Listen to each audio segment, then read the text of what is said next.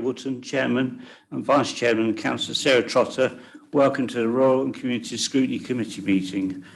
Please note that although we are meeting in this setting, COVID rules still apply.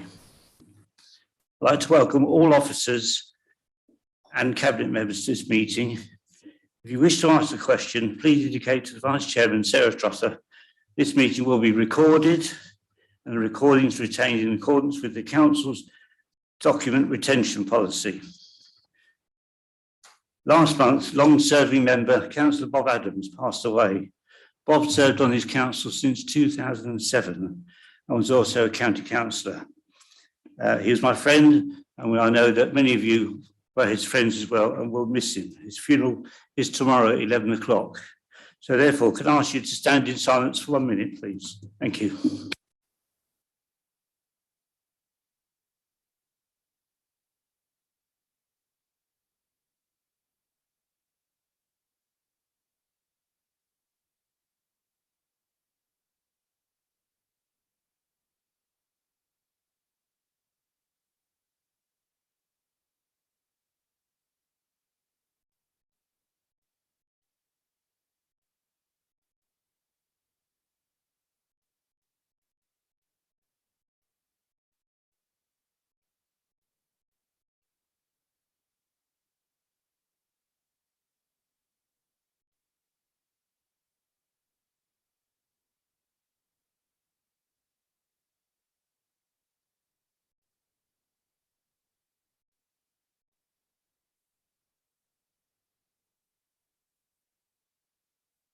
Thank you very much, Steve. Please be seated. We move on to the main agenda. Agenda item 1, comments from members of the public. Amy, have we any comments from members of the public? Thank you, Chairman. We haven't received any comments from members of the public. Thank you very much indeed. I'll move on to item 2, apologies and absence and replacement members. The only apologies I've received are from Councillor Rosemary Cabery-Brown, who had a fall about 2 weeks ago at home, and she's currently in Grantham Hospital. Any further apologies? No, no other apologies for absence, Chairman. Thank you. I'm sure we all send her best wishes. Thank you. Item 3, declarations of interest. Are there any members who have any interest to declare? Bear in mind that you can declare any interest during the meeting. Any interest to declare? No, thank you. Action notes, if I can refer you to page 3, action notes for the meeting held on the 7th of October 2021 for accuracy only. I'll just go through them. Page 3, page 4, page 5, page 6, page 7, page 8, and page 9. Do I propose that they are a true record of the meeting held on the 7th of October? Councillor Knowles proposed, seconder. Councillor Trotter. All those in favour, please raise your hand. That's unanimous. Thank you very much indeed. We now move on to the updates and actions on page 11. Now, I understand that from these actions, they've all been completed, but I did raise the question at the last meeting for members to have answers to questions put within 2 weeks. Have all members had questions answered? Councillor Knowles. Not, Chair. Could you put your microphone? The questions I was asking about the assisted garden scheme, number 18 and 19, have not been answered. I have subsequently met with the Cabinet member responsible for housing and gave him a detailed list of what was required, but I've still not had anything. They were promised for the October meeting, and then they were promised for the 31st of October, and we're still without those details answers. Councillor Reid.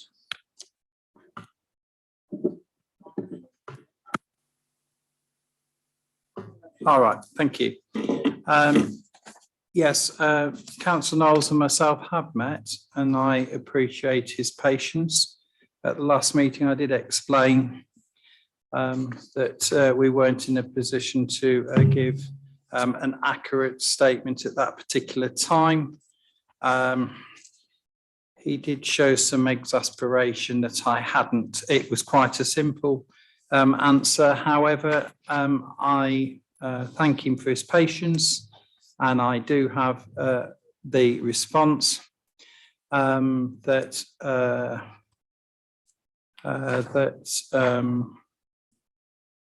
beg your pardon. Just bear with me 1 second. What have I got the right page? Yes, I beg your pardon. Yeah, ESK have acquired a new mapping system that will enable them to categorise gardens based on the square meterage, so that the costs can be more transparent and more accurately applied. The cost of providing 14 cuts a year for 114 customers, £410 equals £29.28 per visit. We roughly worked out, Chairman, between Councillor Knowles and myself that it was £30, so it's very close. The cost of providing 14 grass cuts a year plus 1 hedge cut for 260 customers is £490. The cost of providing 1 hedge cut for 125 customers is therefore £80 per application of hedge cutting. A desktop exercise shows an appropriate hourly rate of £30.78. ESK have reassessed the cost base when the contracted was transferred from Glendale, and the costs have outstripped inflation, and the service has been delivered at a loss, allegedly. In addition, the change in specification from a grass cut to cut and collect has been impacted on the price of each visit and how much longer it takes, and the one-off costs this year for the provision on green bins to enable the collection of cuttings. The expected outturn for the service this year is 180,000. Now, in saying this, we have also gone on to do some benchmarking, and Council One, I don't wish to name the council, but Council One is £35 an hour with communal areas of 10 grass cuts per year and 1 hedge cut, no collection. Council 2 is £125.76 as an annual charge for tenants on grass cutting schemes collected weekly with rent. Tenant gardens, 14 cuts, no grass collection, and that is £8.98 per visit. Note that that's not believed to be necessarily the whole of the cost. We have reason to believe that in that benchmarking there's some subsidy there. And thirdly, that £30 an hour for 16 sessions, mixed of grass cutting, weeding, borders and green waste, charge included, is delivered by a social enterprise. And this was awarded after following a tender process. So in relation to the question asked, which relates to the £30, £29.28, and the findings that we found, on balance, we don't find them to be grossly wrong for what is actually given. But I do think in my explanation that we have offered, it just shows some reasoning and indeed probably some challenge for next year's contracts as well. Thank you. Yeah, thank you, Councillor Reid. I think the committee will agree with me that perhaps we need a further update in a few months' time to see exactly how many people are taking part in this particular scheme and also the costs involved as well. Councillor Knowles, do you wish to come back? Yes, please, if I may, Chair. First of all, the £30, we have got some numbers for the first time since I asked the question in July. We've got some numbers, but they're not the numbers I asked for. The £30.78 is not a cost. That is a charge. that is a charge from SK Environment to the SKDC. And I asked in the original thing, and in this original set of numbers that we had in July, for what cost was, what the on cost was, what the charge for overheads was, and therefore we could work out what the profit was.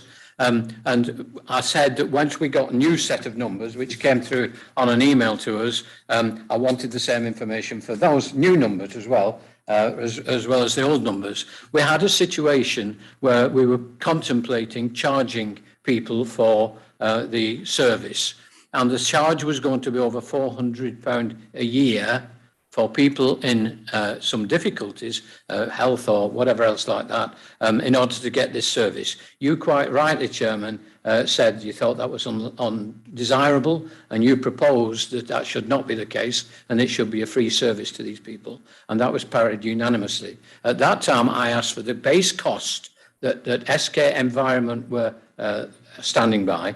It nothing to do with comparisons with other depots or other places, although I welcome that. Nothing to do with the problems that Glendale may have had or how much profit Glendale were not making from this particular service. Just a straightforward, what was the cost of the labour?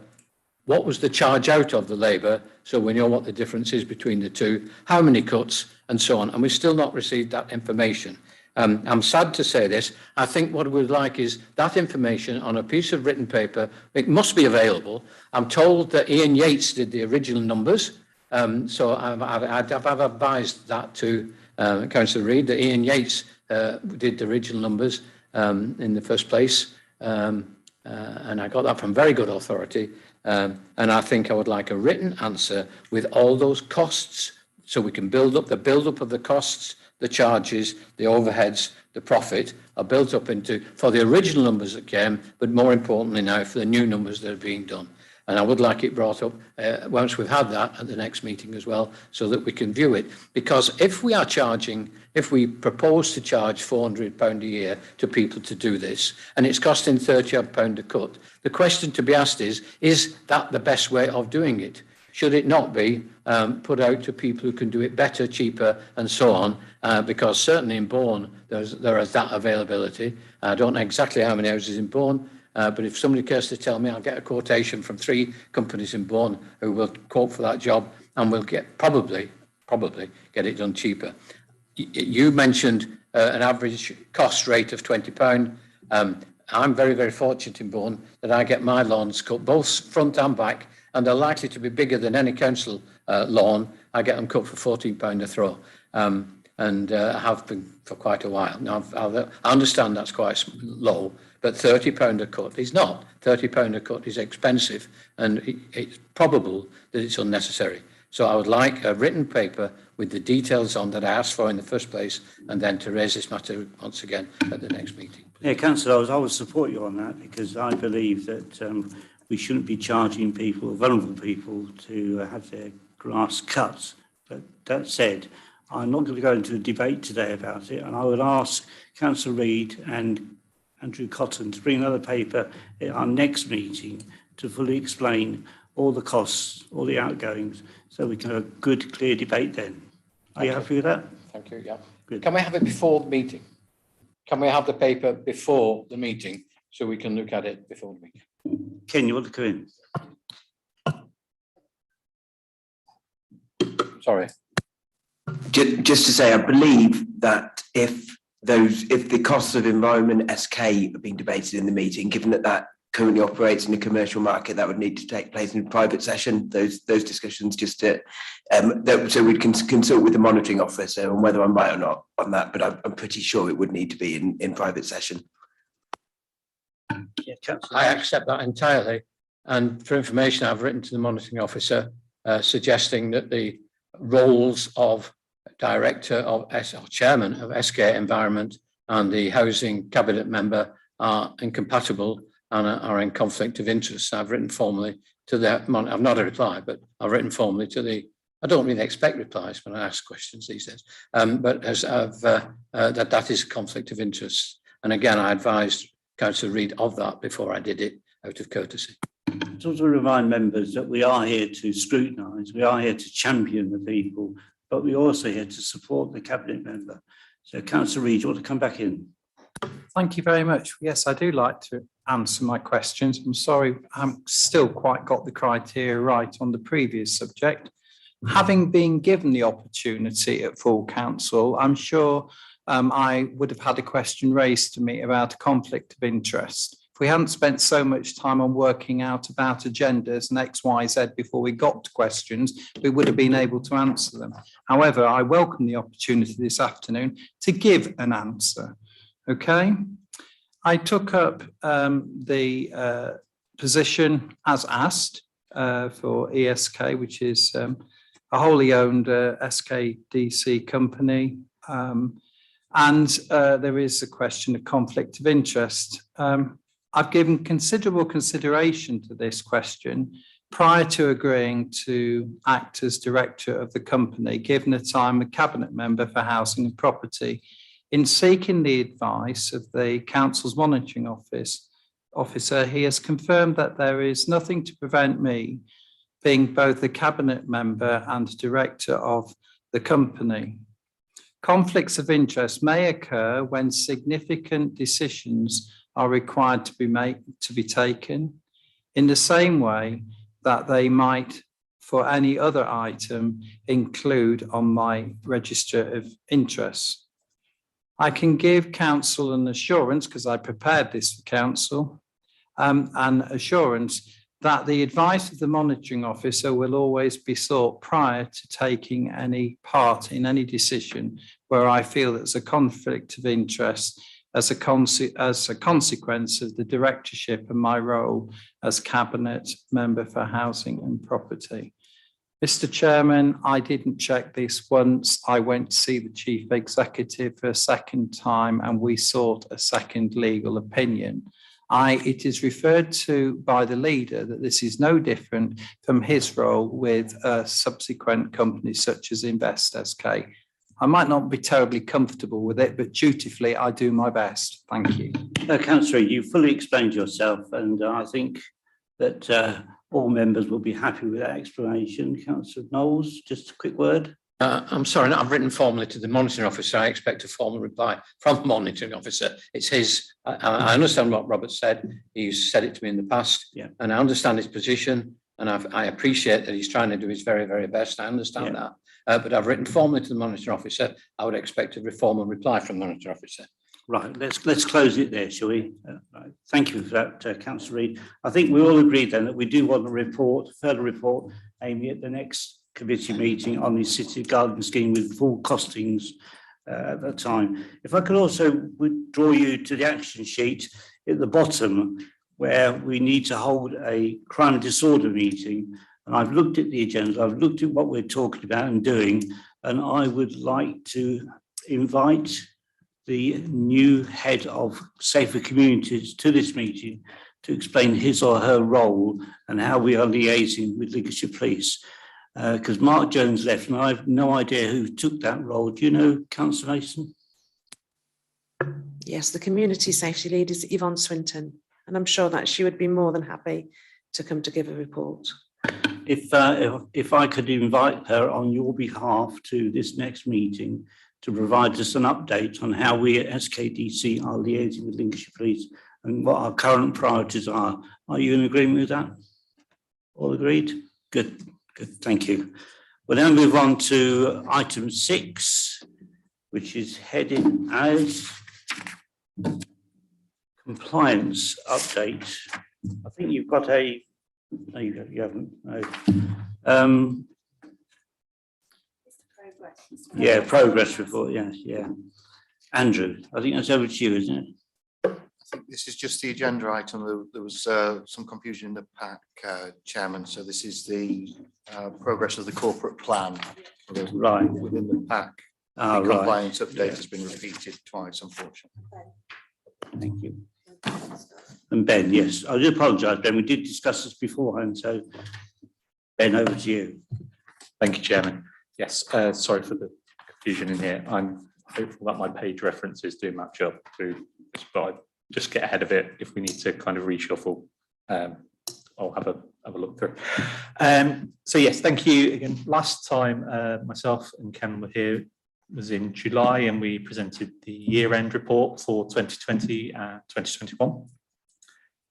And in that we outlined the future of performance reporting, which would be 2 sessions per year, a mid-year update covering Q1, Q2, and a year-end update. The mid-year would happen around this time, sort of November, ideally drifting into December on this case, and the year-end around June time. And this, obviously, in that sense, forms that Q1, Q2 update. We also outlined the ambition to review the corporate plan actions and their associated indicators on an annual basis. That ties in with the anniversary of the corporate plan, which is in October. So we've just been through that process. I do apologise to the committee for the length of this report, but because it covers both the mid-year and the review, it is quite a large document. So I appreciate there's a lot to wade through. I'll try and highlight some of the key parts of that, though, draw your attention to the bigger issues within that.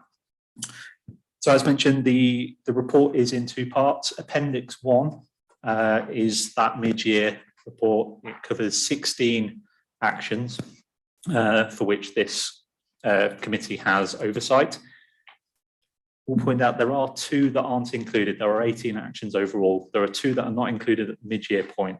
One of those covers indices of multiple deprivation, and the other covers the volume of employment land. These 2 actions don't move very much in the middle of the year. So in order to give you a meaningful update, we defer those to the year end, to the whole piece, rather than, sorry, it's removing pages from an already lengthy report that wouldn't offer any value. So we have attempted to shorten that where possible. The performance in that is fairly positive. Of the 16 actions, 8 of them are rated as green. These are the ones where we're on target or exceeding target, and generally we're quite happy as an organisation with the performance. However, there are 7 actions in there which are rated as amber. Amber actions are those that are slightly behind, or where we are quite significantly behind, but we have appropriate mitigation plans in place to ensure that we will meet the targets by the end of the year. Unfortunately, there is one action for this committee that is rated as red, and that is where it's significantly behind, and we don't feel we will be able to deliver the target for this year. That action is on page 30 of the pack, and it covers the supply of high quality sustainable council houses. To date, there have been no completions. We are expecting further 15 completions by the end of the financial year. My understanding that the reason for this shortfall based on a target of 95 is, first of all, that the target was set too high in the first instance. And secondly, that the budget for delivering that, some of that has been redirected to ensuring the quality of our existing housing stock is of sufficient standard. I believe members of that service will be able to answer questions on that, should you have any. Andrew, do you want to come in, please? Yes, thank you, Chair. Happy to come in and assist committee. So I guess in terms of that headline target of 95, I would describe that as being relatively ambitious, and it's right. Clearly, we're an ambitious council, and we want new build council homes. You know, it's important, but it is very ambitious in the context of some of the other issues that we're dealing with within the housing service at present. And I think later on, in terms of the compliance update, we'll touch on the stock condition survey and the likely shift of our priorities towards understanding where our money is best spent, in terms of looking after the existing council housing stock and balancing that against our ambitions with new build. And I think we are looking at sort of a reset new council homes sort of target. Still ambitious, I think, for a landlord of our size, probably looking at around between £3 and £4 million a year on new builds, which against a rent roll of about 25 feels about right. And it certainly, as I say, feels ambitious when you look at what other sort of districts and boroughs are doing. The other related point, I guess, is just in relation to COVID and its impact. And across the sector, we have seen social housing development slowing down, and that's they'll be partly reflected in these figures as well. Thank you. Thank you very much. Amanda, do you want to come in now? Thank you, Chairman. I just had a question. On page 19, with the Healthy and Strong Communities 9A and 9B, one's green and the other's amber. And I've read them multiple times. They seem to be saying the same thing. I'm just curious if I missed something. Ben? Thank you. So yes, when the initial set of indicators and actions were put together, 9A and B were one. On review, though, they were delivered by different directorates. So we've split them out for just a little bit of clarity, the specific actions underneath those. I want to draw your attention, Andrew, and both Ben, to page 30, where at the bottom you talk about solid fuel heating. 100 out of 252 solid fuel heatings are expected to be replaced. Are you doing this to save money, or are you doing this for the benefit of our tenants? That's absolutely for the benefit of tenants, Chairman. So that's we know that we've got a number of properties that are off gas in the rural areas, and in terms of affordability of heating systems and ease of use and convenience, the sort of heating programme is really important to us.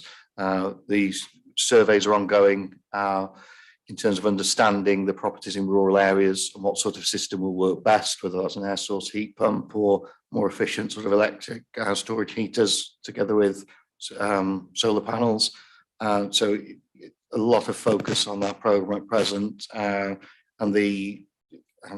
very fortunately we've got an assistant director now, so Craig, who's started recently, will be chairing the action group looking at delivery of that programme. Thank you. Well, I raised a question before I bring in the Vice Chairman. Is Angel Court in Ancaster several years ago, we ripped out some very good heating to be replaced by electric heating, which then when the tenants put their heaters on, their fuel bills rocketed astronomically, and therefore they couldn't afford them. So can you give me some assurance that if you change this heating system, that the tenants' fuel bills will be the same or perhaps lower? Thank you.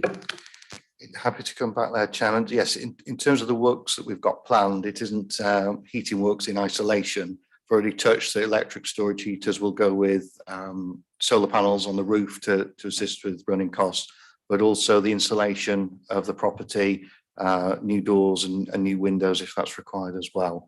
So it is that complete package, and we are looking at the energy performance certificate both before and after the works are done. Perhaps that'd be a good report to bring back to the committee when you progress down this route. Thank you. Councillor Trotter.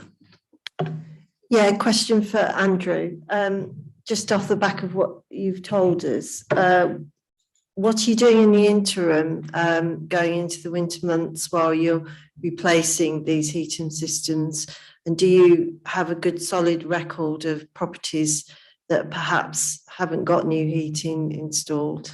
Yeah, thank you. Yes, thank you, Councillor Trotter. Yeah, certainly in terms of the information that we hold on our housing stock, that is an area of weakness I think that's been sort of broadly acknowledged, and we've got the stock condition survey rolling out at present to help us sort of validate the information that we do hold and fill in the gaps in terms of property archetypes and heating types, etc. We certainly do and are aware, particularly in terms of our responsiveness where there are heating failures. There's very active contract management in terms of our gas contractor, who also picks up solid fuel, that because there have been, if anecdotally, if nothing else, instances where we felt very disappointed with their performance. And in terms of this arena, I'd describe it as very active contract management in terms of the responsiveness and quality of the service. Thank you. Do you want to come back? Ken, you want to come in next?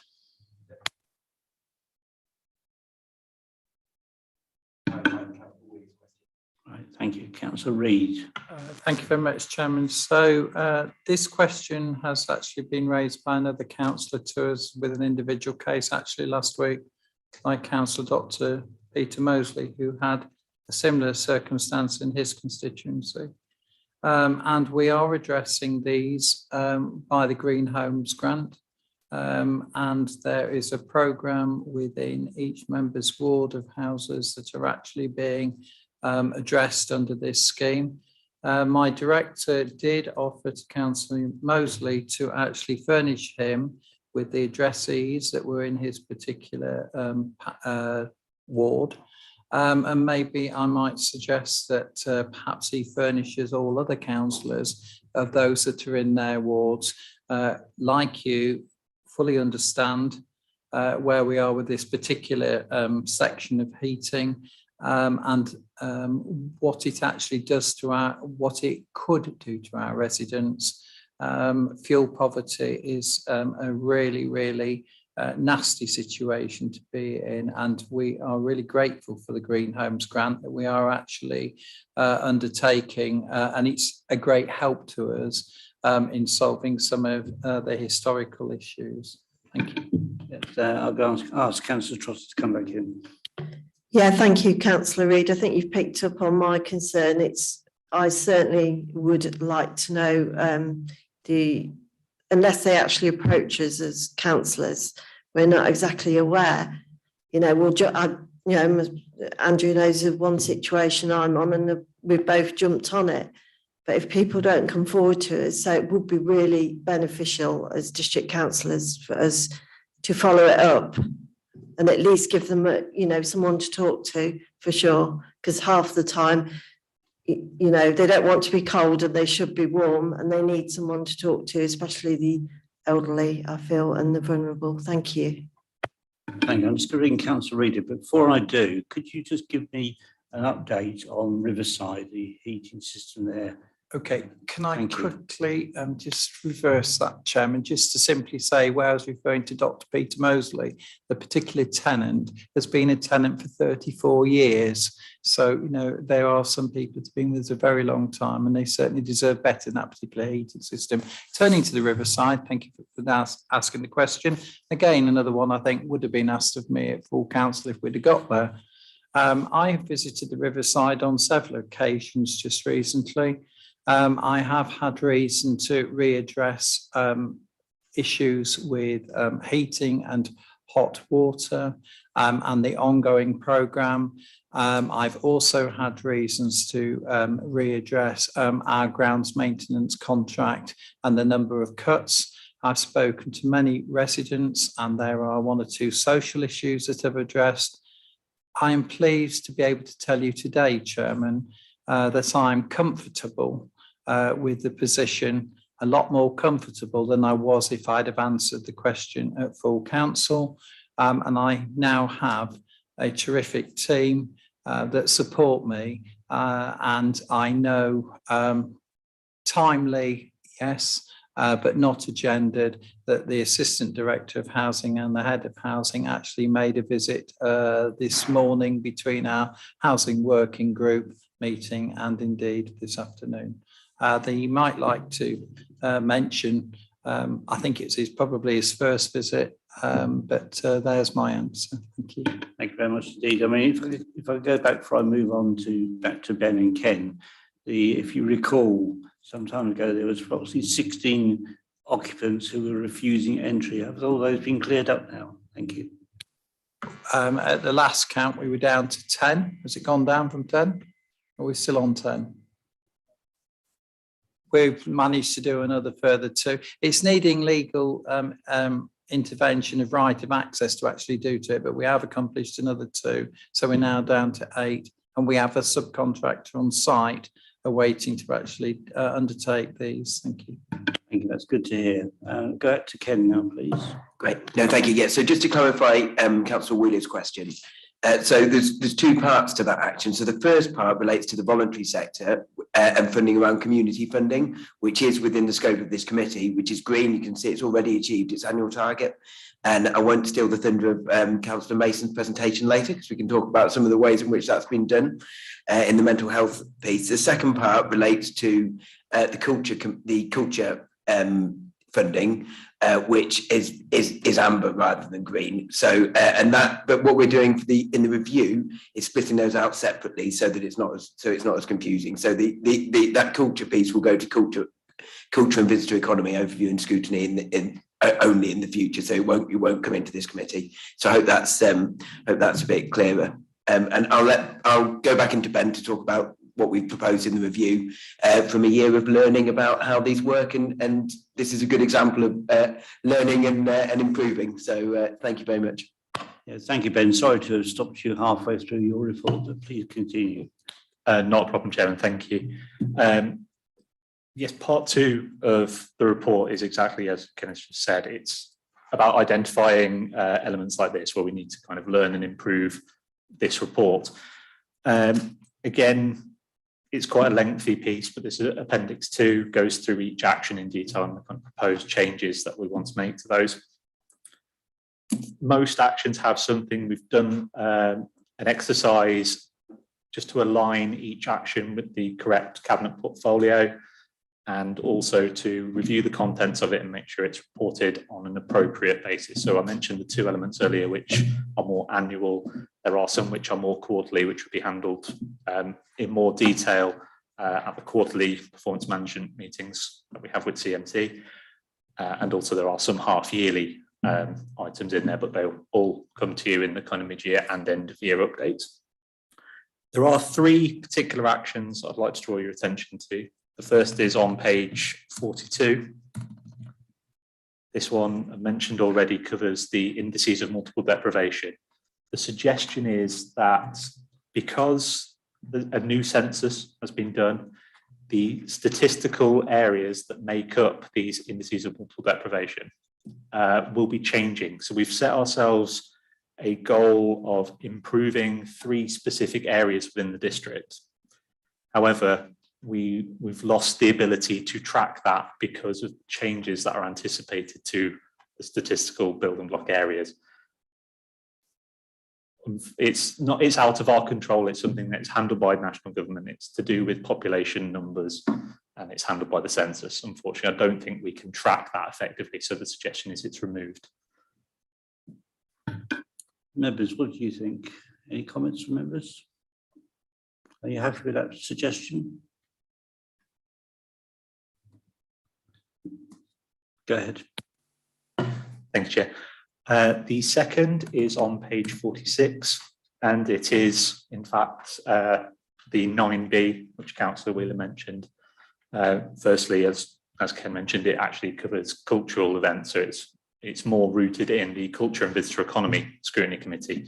But there's also the ambition to merge that with a couple of other items to make reference to the arts review and the outcomes that we plan from the arts review, rather than this action, which was referring to an old scheme of delivery. But that would be more of an issue for the Culture and Visitor Economy Committee. Any comments from members? Are you happy with that suggestion? So I think it makes sense. Nobody against? No? Thank you. Thank you, Chairman. And then the final big change that we're looking to make is on page 56. This covers Grantham's Southern Urban Extension, which I believe is the barracks site. And we're looking at removing this action on 2 grounds. Firstly, during the consultation around the review, we were looking at lessons learned. There were 2 things that jumped out, were duplication of information. There's several things within the whole pack of corporate plan actions which they come up multiple times. So we wanted to reduce duplication. In this case, the outcomes of the Southern Urban Extension are homes built and employment land developed. These are covered in other measures elsewhere within this action pack.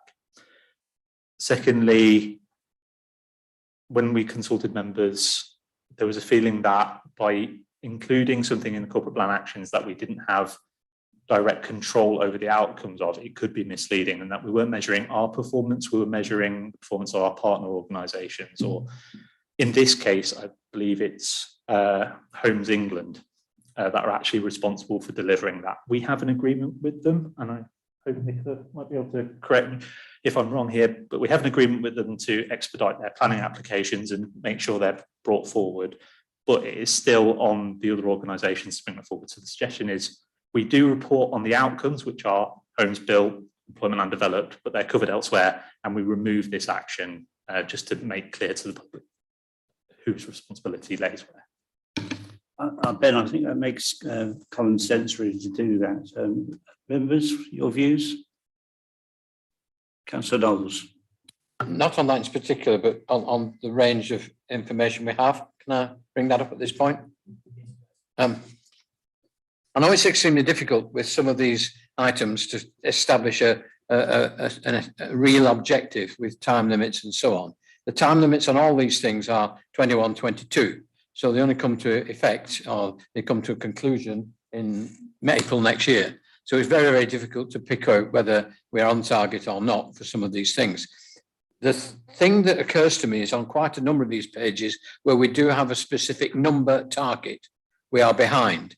We tend to be in front on all those where there isn't a number target, it is fulfilling a plan, or it is establishing a base line or whatever it's like that. We're on target with a lot of greens for that, but a lot where the number is specific, they are either missing at this stage. And we won't know till the end of the year by how much they will miss, but some of them will certainly miss by the end of the year and appear as amber now and not red. But it's difficult to really get to the bottom of it until we get to the end of the year. And surely there are some targets along the way that should not be just at the end of the year. In any business I've been involved with, you have short-term targets and you have longer-term targets, and you'll be able to measure it much more accurately as you go along through the business year, where all these are by the end of 22, in 21, 22. And then we'll have a new budget, and we'll have a new set of rules and a new set of objectives, and all of a sudden what we've done this year, I won't say we'll go into the dustbin, but we'll take a second place to the next year. And if we are going to do this for next year, I would like to think that we have graded targets, or targets to be met along the way, so we can measure much more accurately the success or not of the council in fulfilling some of these admirable targets. Thank you. Yeah, I think I agree with you on that, Councillor Knowles. Ben and Ken, would you say perhaps a quarterly report, a quarterly review would be a better solution for our committee? Thank you, Councillor Minister. Thank you, Chairman. I do agree that's exactly the right kind of challenge we, in reviewing these, kind of set, that particularly when we set them last year, the circumstances around the organisation were different, and there was a lot more about setting longer term ambitions. In the review this year and in Appendix 2, we've tried very much to be specific with what we want to deliver, and how, well, not how we want to deliver, but how we want to monitor services delivering. So there has been that ambition to be more specific. Hopefully we've achieved that in some of those Appendix 2 elements. If not, please come back to us, contact us. It's not too late to change these by any stretch of the imagination. We're happy to have that dialogue. If I may address your point on the quarterly report, that is something that is occurring.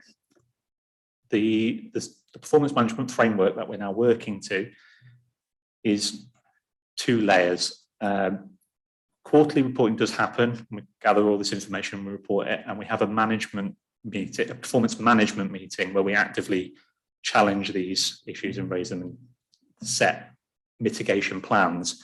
And myself, Ken, and the rest of CMT have that session. It's a CMT session, so it happens at the officer level and then is reported to Cabinet.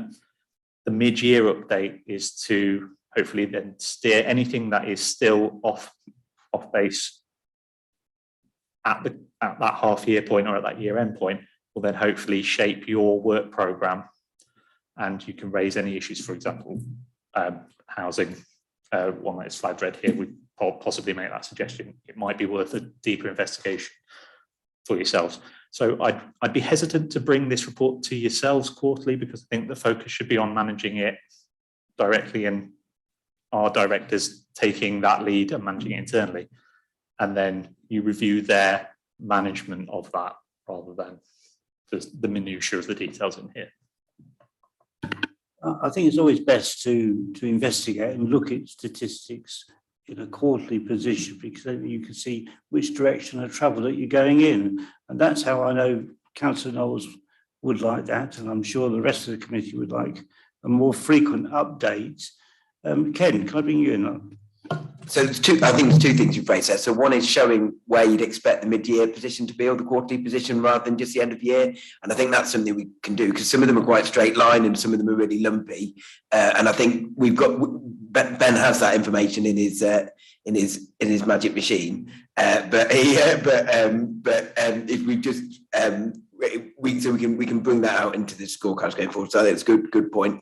The reason we looked at doing it half yearly was a practical reason of not wanting to fill the committee's agenda with just this, but being able to use the officer time to say, actually, if there's an issue that needs to be escalated as an officer from officers to members, that could come up quarterly.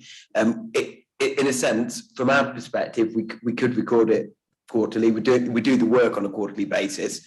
But it may be that the committee wanted to get that in a report form rather than a full debate in the meeting, and then you as a committee could pull out if there's anything that you wanted to specifically ask or bring into a meeting. We could bring that onto the agenda, because I'm just conscious that the forward plan's already quite busy. But we really would welcome the corporate plan having as much sort of scrutiny and overview as possible, really. So we're just trying to be pragmatic about it. Thank you, Ken. Colleagues, your views? Are you happy with that? Yeah. We'll do that then, Ken. Could I just go back before we move on to this subject to page 32? It's an area which I'm interested in, and that is of CCTV. You've got down here that total arrests or assistance given is 106. If I remember correctly, quite recently we were exclaiming to the public that we were responsible or assisted in over 600 arrests with our CCTV system. Are these direct arrests, or are these information leading to an arrest? Thank you, Chair. I suspect it is a mix of the two. However, I'm not 100% sure. So if it's all right, I'd like to take that back to service, ask the question, and provide you with a proper clarification on that. I can't offer at the moment. Yeah, thank you, because I know that particularly during the night, CCTV has been responsible for some significant arrests in Lincolnshire, not this particular area here. So it's really valued to officers on patrol. So if you could bring back some more statistics, I'd be grateful. Any members got any further questions before we move on? Amanda.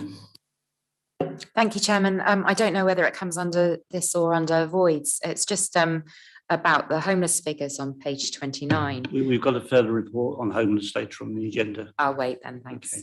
So if I refer you to page 13, so the recommendations are that this committee notes the latest compliance position following the ongoing meetings with the regulator of social housing, and 2, that the committee receives a further update report at its next scheduled meeting. Are we all agreed on that? Good, thank you. I'll move on now to the next item on the agenda, which is item 7, the voids policy.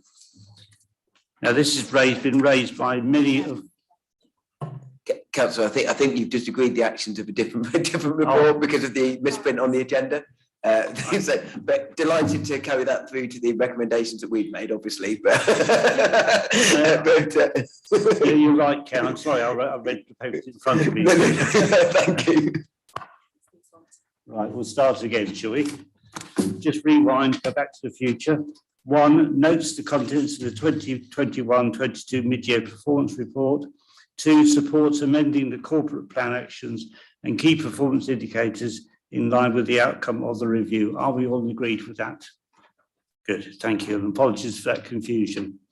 So we now move on to the next item on the agenda, which is the void policy. Now, many of our members have issued questions on voids, And therefore, I'm looking forward to this report. So who will lead? And Councillor Reid.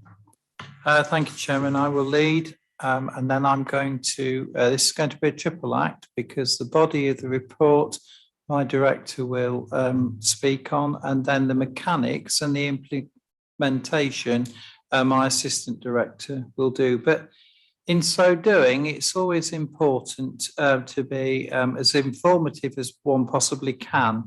And at the time of sitting here today, Chairman, we have 93 voids, of which 10 of them we are holding for the decamp and rehousing and the situation on the Earlsfield estate. So truly it's 83.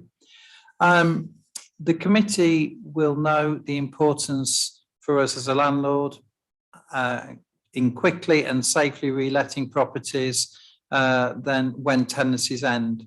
The benefits for us in terms of reducing rent loss, which of course is in our budgets at the moment for next year, eases pressures on our waiting list, allows us to survey our properties. And the committee will also remember that our voids performance, quite rightly, has been under scrutiny due to the slow turnaround of properties through the process. Under the interim management earlier this year, changes were made to process and proceed to attempt to find some quick wins, in other words, quick turnarounds that we could alleviate the number. However, the work has been confirmed that some of the underlying weakness in our landlord function, namely the lack of an adequate IT system to produce accurate reports and drive performance, doesn't help the team in a close working partnership. That is currently under review.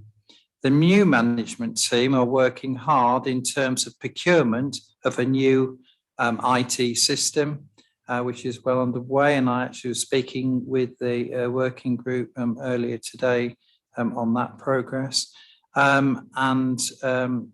will now ask Andrew Cotton to speak to the body of the report.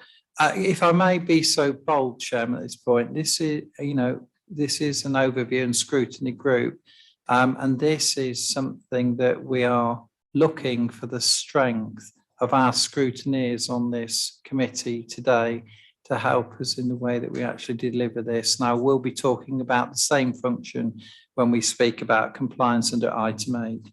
Thank you. For having Andrew in, what concerns me is that if we've only built 25 properties, yet we've got 90 odd voids, is how quickly can we turn those voids into lettings, into properties that people can actually live in? Because we've got so many people on the housing list, we need them to be turned around quicker. Thank you. Okay, I think to sort of manage the process, I'm just going to speak about the body of it. And then I think Craig will explain to you how the new team is actually managing that exact situation. Thank you. Thank you, Chair. Yes, so in terms of voids and void properties, just a reminder for committee that we're talking there about basically the period where between the tenancy ending and the tenancy starting again. And during that time, any landlord, you need to take possession of the property, you need to inspect it, you need to do works, you need to find a new tenant, and you need to sign them up. And the fact that you can say that in a sentence means that it's a relatively straightforward process that landlords do hundreds of times a year. The challenge I think that we've faced is that in terms of our systems that should support officers in terms of delivering that quick and easy process, they don't work for us very well. And Craig will talk a little bit about that. In terms of the data that we hold and reporting, that doesn't support officers in terms of that quick, simple process. And I think that we've also had confusion between the different teams that are involved in that, repairs, allocations and housing management, about who exactly is doing what. These are all relatively straightforward to fix if you say it quickly. Some of the cultural stuff will take time to fix for us, and adopting a very clear void policy, and really look forward to Scrutiny's comment on this in terms of the draft policy we've got there. Adopting that policy is a big step forward because then we can point to that for officers, for members, for applicants, for existing tenants, and say this is what we do as a landlord and as a local authority. The body of the report does contain some of the main considerations there on page 60 of the pack in terms of performance, which is poor. I don't think that we wouldn't try and dress that up in any way. It is poor because of the barriers that we've already touched on. We also contain a little bit of information in terms of void budgets, and some further work needs to be done to better understand our costs. On page 61 at section 1.4, we talk about performance improvements, and we haven't waited for this policy to come to committee or to go forward for approval. There's a number of things that have immediately been changed to help improve void performance. The draft policy does meet the latest sort of statutory and regulatory requirements. It's consistent with sort of best practice within the sector. And it does have that clear guidance around reducing turnaround times, maximising our rental income, and delivering a good quality property for the incoming tenants, but driving costs down wherever possible. There are a number of sort of working practices that will be sort of operationally behind the policy in terms of how we deal with tenancies ending, the notice periods that we expect tenants to give, and visits in the notice period, and to give a couple of examples. But what's really important as well, I think, for committees to see the draft void relet standard. So that's our offer to our new tenants. As a landlord, we're saying that is the absolute minimum that we will offer our incoming tenants. In terms of void performance, we've touched on the high numbers within the process at present, a number of which have been void for a number of months. That will take time to work those properties through the system. I guess it's pretty intuitive that the fewer voids you have, the better the work you could do on them, and the quicker they go through the process. You don't have a logjam of a number of void properties sort of clogging the system up. Hopefully that's given a good flavour for committee. I'll just ask Craig to very quickly just to talk about the meetings that he's chairing, and also how IT will support us alongside the adoption of the policy. You're welcome, Craig. Thank you, Chair. Thank you, Chair. Yes, I suppose the first thing that I noticed was just a lack of ownership of the void process through. I think there's just a total reliance upon the void being responsible to the repairs or the tech services aspects of our business. Realistically, every small team within the housing service has a part to play within that void process. So we very quickly identified the need to bring together a weekly meeting with stakeholders from all of those individual teams. So once we, at point of receiving that notice, where we have that 4 weeks grace while we've still got the tenants in the property, we can undertake some kind of tenancy checks, some tenancy visits, pre-inspect the property so we can understand the condition it's coming back to us, raise any recharges if those are going to be applicable to the outgoing tenants, and make them aware, give them that opportunity to kind of put them right before they leave the property, but also give us kind of that front foot position, enable us to understand the condition of the property so we can kind of then identify how long we think it's going to take. So then we can either prime the advert to go out while we're still in that notice period, and we can look at kind of minimising that void loss and that void period even more. And I think there was a very clear it was very clear to me that there was a lack of cohesiveness between those individual teams. So we're trying to build that. So on a weekly basis now, we have a 2.5-hour meeting where we discuss each one of those void properties. We understand its current position. We identify actions. We make very, very reactive and responsive decisions within that meeting. So we do make some quite difficult decisions that would probably have taken a long time previously, but we make them there and then in that meeting. So I've committed to either myself, my head of housing, or my head of technical services to chair that meeting on a weekly basis. So it gives that kind of high level input. And also that every team that attends has to ensure that they bring quality and up-to-date information to that meeting. So that will hopefully in time embed itself. That's also run alongside the monthly meeting which Andrew chairs for us, which is very much focused on performance and process alignment. So we will then take any process changes we've made through that previous 4 weeks to that performance meeting so we can get that signed off and adjust our processes moving forward. I think the other thing from a systems point of view, we're in the process of going out to market for a new housing management system. At present, the system and the reports that we're getting from our system do not do our service any justice, and they don't allow us to be proactive with the work that we're trying to do. So the new system that we're looking to procure will have very much embedded workflow so that people have that kind of system generated action to be completed within set timescales, which will then further enhance that the process of the voids coming through that whole process, but also reducing that time and identifying where the log jams are. At present, we don't have anything like that. It's all kind of paper based to a certain degree, and then you just don't have that ownership by an individual, but also that kind of time limited task completion. So it's very, very difficult sometimes to completely understand where the issues are. I think that pretty much kind of finishes where we want to be with regards to that. But so if there's any questions from anybody. I just want to start off by going back 50 years. I can recall that when I joined the Royal Air Force, I was allocated a married quarter.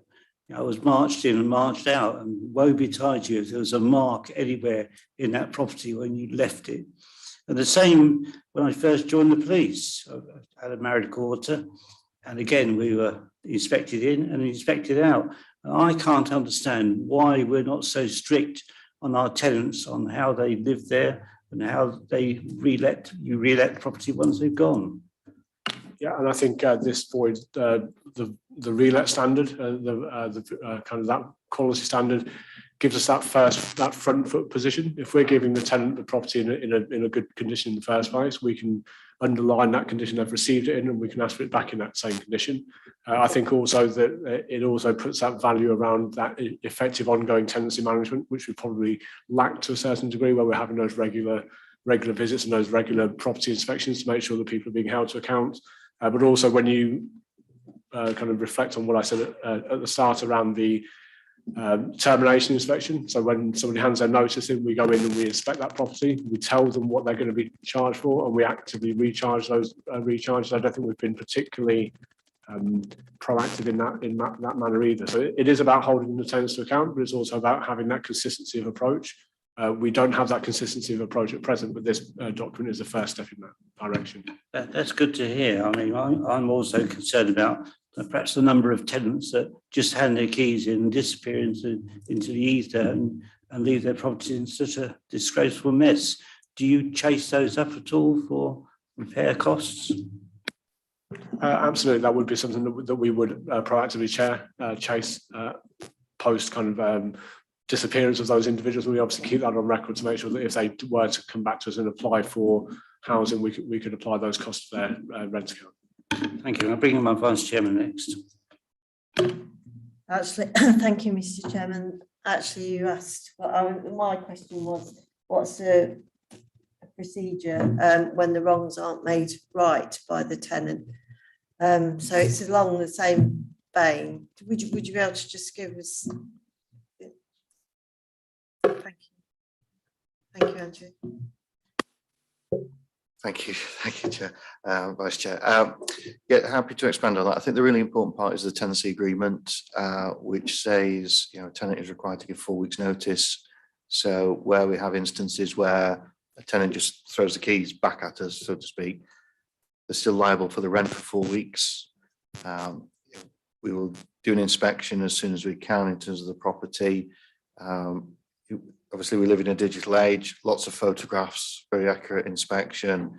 We're able to assess what's fair wear and tear in terms of, the tenant behaving in a tenant-like manner. And if there's wear and tear on the property and it's reasonable, then that's down to us. Certainly where there's damage, and rubbish, which tends to incur a lot of cost to us as a landlord to rectify. All that is costed out, as Craig has alluded. Even if a tenant were to be untraceable, at some point they usually come back on the radar in some way, whether that's through us chasing the debt or they actually present to us for rehoming, and that debt will be there. It ties in with a couple of other related points. The first is making sure our allocation policy is really clear in terms of former tenants with tenancy breaches or outstanding costs with us, and their eligibility to go on our housing register in the first place. And the second is our tenancy agreement being very robust in terms of those rights and responsibilities of the tenant. I think again, at some point over the next 12 months, this committee is likely to see some discussions about that and the terms and conditions of the tenancy agreement, because I do think that's something that we need to look at as well. Yeah, I mean, I support you on that. I think it should be a strike process. So, they'd abuse their property in the first instance, certainly in the second, and if they're lucky enough to get a third, it should be 3 strikes. And I know you can't say you're out, but it certainly ought to be held against them. Thank you.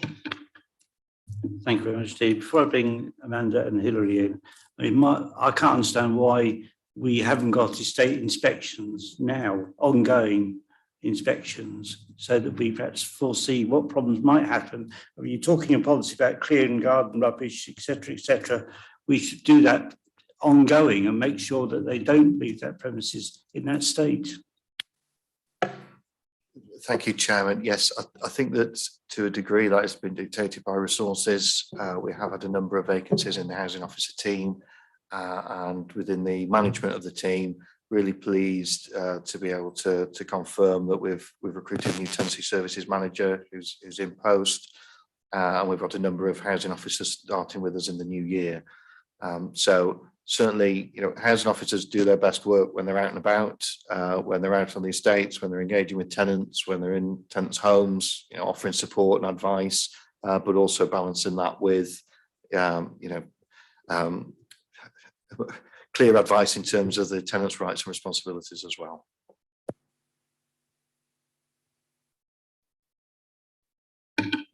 Well, Vice Chairman just said, do the teams when they're working, do they liaise with the neighbourhood policing teams? Sorry, Mr. Chairman, I was saying, do you liaise with the neighbours? Because you can go in and see the properties, but also, as I've probably mentioned before, it impacts on the surrounding neighbours as well, which is really important, I feel, as well. Certainly not. It would be dependent on the case, the appropriateness of that. But where it was appropriate, then yes, we would engage with neighbours in the way that you're describing. Sorry about that, Vice Chairman. Hilary, you're next. I was just wondering, because on a private landlord basis, you have to have a deposit put down to start off with. Now, presumably, quite a lot of these people couldn't afford to put down a deposit, but there are quite a number who could. Is there any deposit scheme? Thank you, Chair. Yeah, really good question. Of course, that's one of the differences between the private rented sector and social housing. So for us as a social landlord, it's not possible for us to have a deposit scheme. We don't at present ask for rent in advance, which is something that we could do. And I think, again, that's a policy that we will be bringing forward in due course. So at least, a home within the district, a council house within the district, it has value. And with our relet standard we've got there, we are saying to the tenant, this has value. We're looking after it. Lots of people want a council house. There's lots of people on the waiting list. You should value it as well. You should pay some rent in advance, and you should look after it. I think it's all part of us resetting that landlord-tenant relationship. But we're not quite in the private rented sector, unfortunately. I know we're looking at voids, but do you not think that when somebody takes over a property, they're shown the standard that they should keep that property, so that when they leave, that's left at the same standard? Yeah, absolutely the case. In terms of the relet standard, and that's that will be the offer.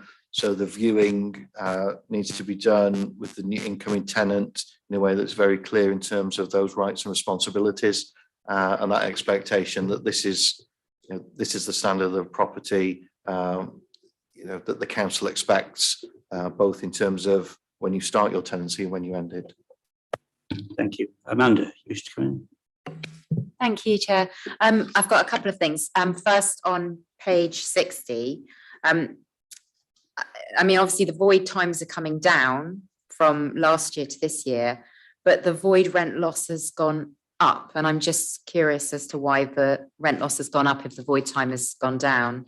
And then regarding Appendix 2, which is a very comprehensive list, I'm wondering, is there a checklist that people go through and tick all these off?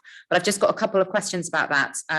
On page 73, with floors and floor coverings, it says remove any fitted carpets, but do they get replaced? Do they get new fitted carpets? And the second thing was, if the property shows sign of vermin or insect infestation, treatment will take place, but then after that, the tenant's responsibility. How does the tenant know that the problem wasn't there before? And also, problems often come from neighbouring properties.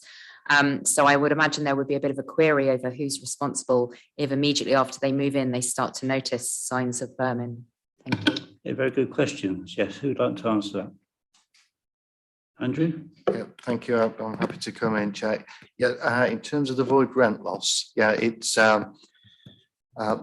partly the way in which the figures are presented. So you only provide a void figure, so that time between the tenancies when the property is actually let.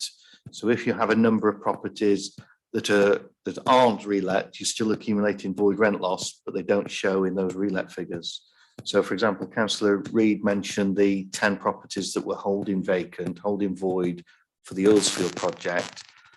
They aren't showing in the relet figures because they haven't been let, but because they haven't been let, they are incurring a void rent loss. That's as simple as I can put it, I'm afraid, but it's the way in which those figures work together. Do you want me to come back on that, Councillor Wheeler, or is that? I know I'm still confused, but I accept that there's limits to my understanding. Thanks. Always have a word after the meeting. Yeah, always have a word after the meeting. Yeah, if you'd rather. Yeah. Thank you very much. Any further questions from members? Councillor Knowles. Oh, do apologise, Amanda. It was just about the taking out of carpets and the treatment of vermin. That's the second part of my question. Yeah, in common with most social landlords, we would remove carpets because we don't let furnished properties. There's also an issue in relation to us being able to see what the floor is like. Risk of sounding flippant, because there may be repair needed to the flooring, which we can only understand if when we remove the carpets. The other issue, and it's related to the vermin and infestation, is the previous landlords, we have left carpets in place and it has created issues with fleas because there's obviously they're in the carpets, but you don't necessarily see them until the heating sort of turned on. And yeah, in relation to vermin and pests, certainly if we're aware of any, we will do a treatment, appropriate treatment whilst the property is void. From the point of view of the tenant signing up, from that moment, the tenant is responsible for vermin and pest. I mean, we're always willing to have a conversation with the tenant in terms of that, but that's the general sort of principles that we would be working to. Thank you very much. Any further questions? Councillor Knowles. Thank you, Chair. It seems to me my recall is that in January of this year, the void policy came up before, possibly not in this meeting, but because I wasn't a member of this meeting at that time, but possibly in the finance meeting. And I recall that it arose because some councillors brought to the attention the fact that Northcote Stephen in particular were many, many, many days shorter on voids than we were. And that was brought up and so on. And the results given at that time were very, very similar to the items under we've got now, the improved management, a new monthly meeting. Well, apparently that was initiated in January as well. Better cross-team working, that was mentioned in January as well. Improved processes, and the computer system at that time was going to be introduced at that time as well. The only thing that was on that list, and this is from memory, and that's not on the list today, is getting harder on some of the subcontractors because the subcontractors were not fulfilling their requirements as accurately as they should have done. But it seems to me that we've not moved very far forward in the best part of a year. I know this is apologies to the three people behind me because they weren't here then. None of them were in post at that time, but we're saying the same things that we said in January. The second thing is just a general point about when we talk of void policy. My first business studies lecturer would be turning in his grave, because any use of the word to a minimum, to do something to a minimum, to maximise and to reduce were not satisfactory in any terms of objectives unless they had real objectives, results to put alongside them. So what in January we knew our days of voiding. Now we don't seem to know that. It actually says that they're not trustworthy, those figures. But we need, instead of just saying to minimise, what is minimise? Minimise doesn't mean anything.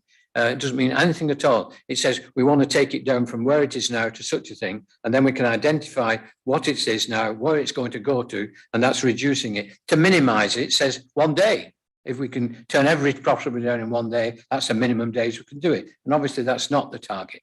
And similarly to maximise, maximising rental loss. I point out that the rental loss is going to cost this council £91 million this year, according to the figures in the report.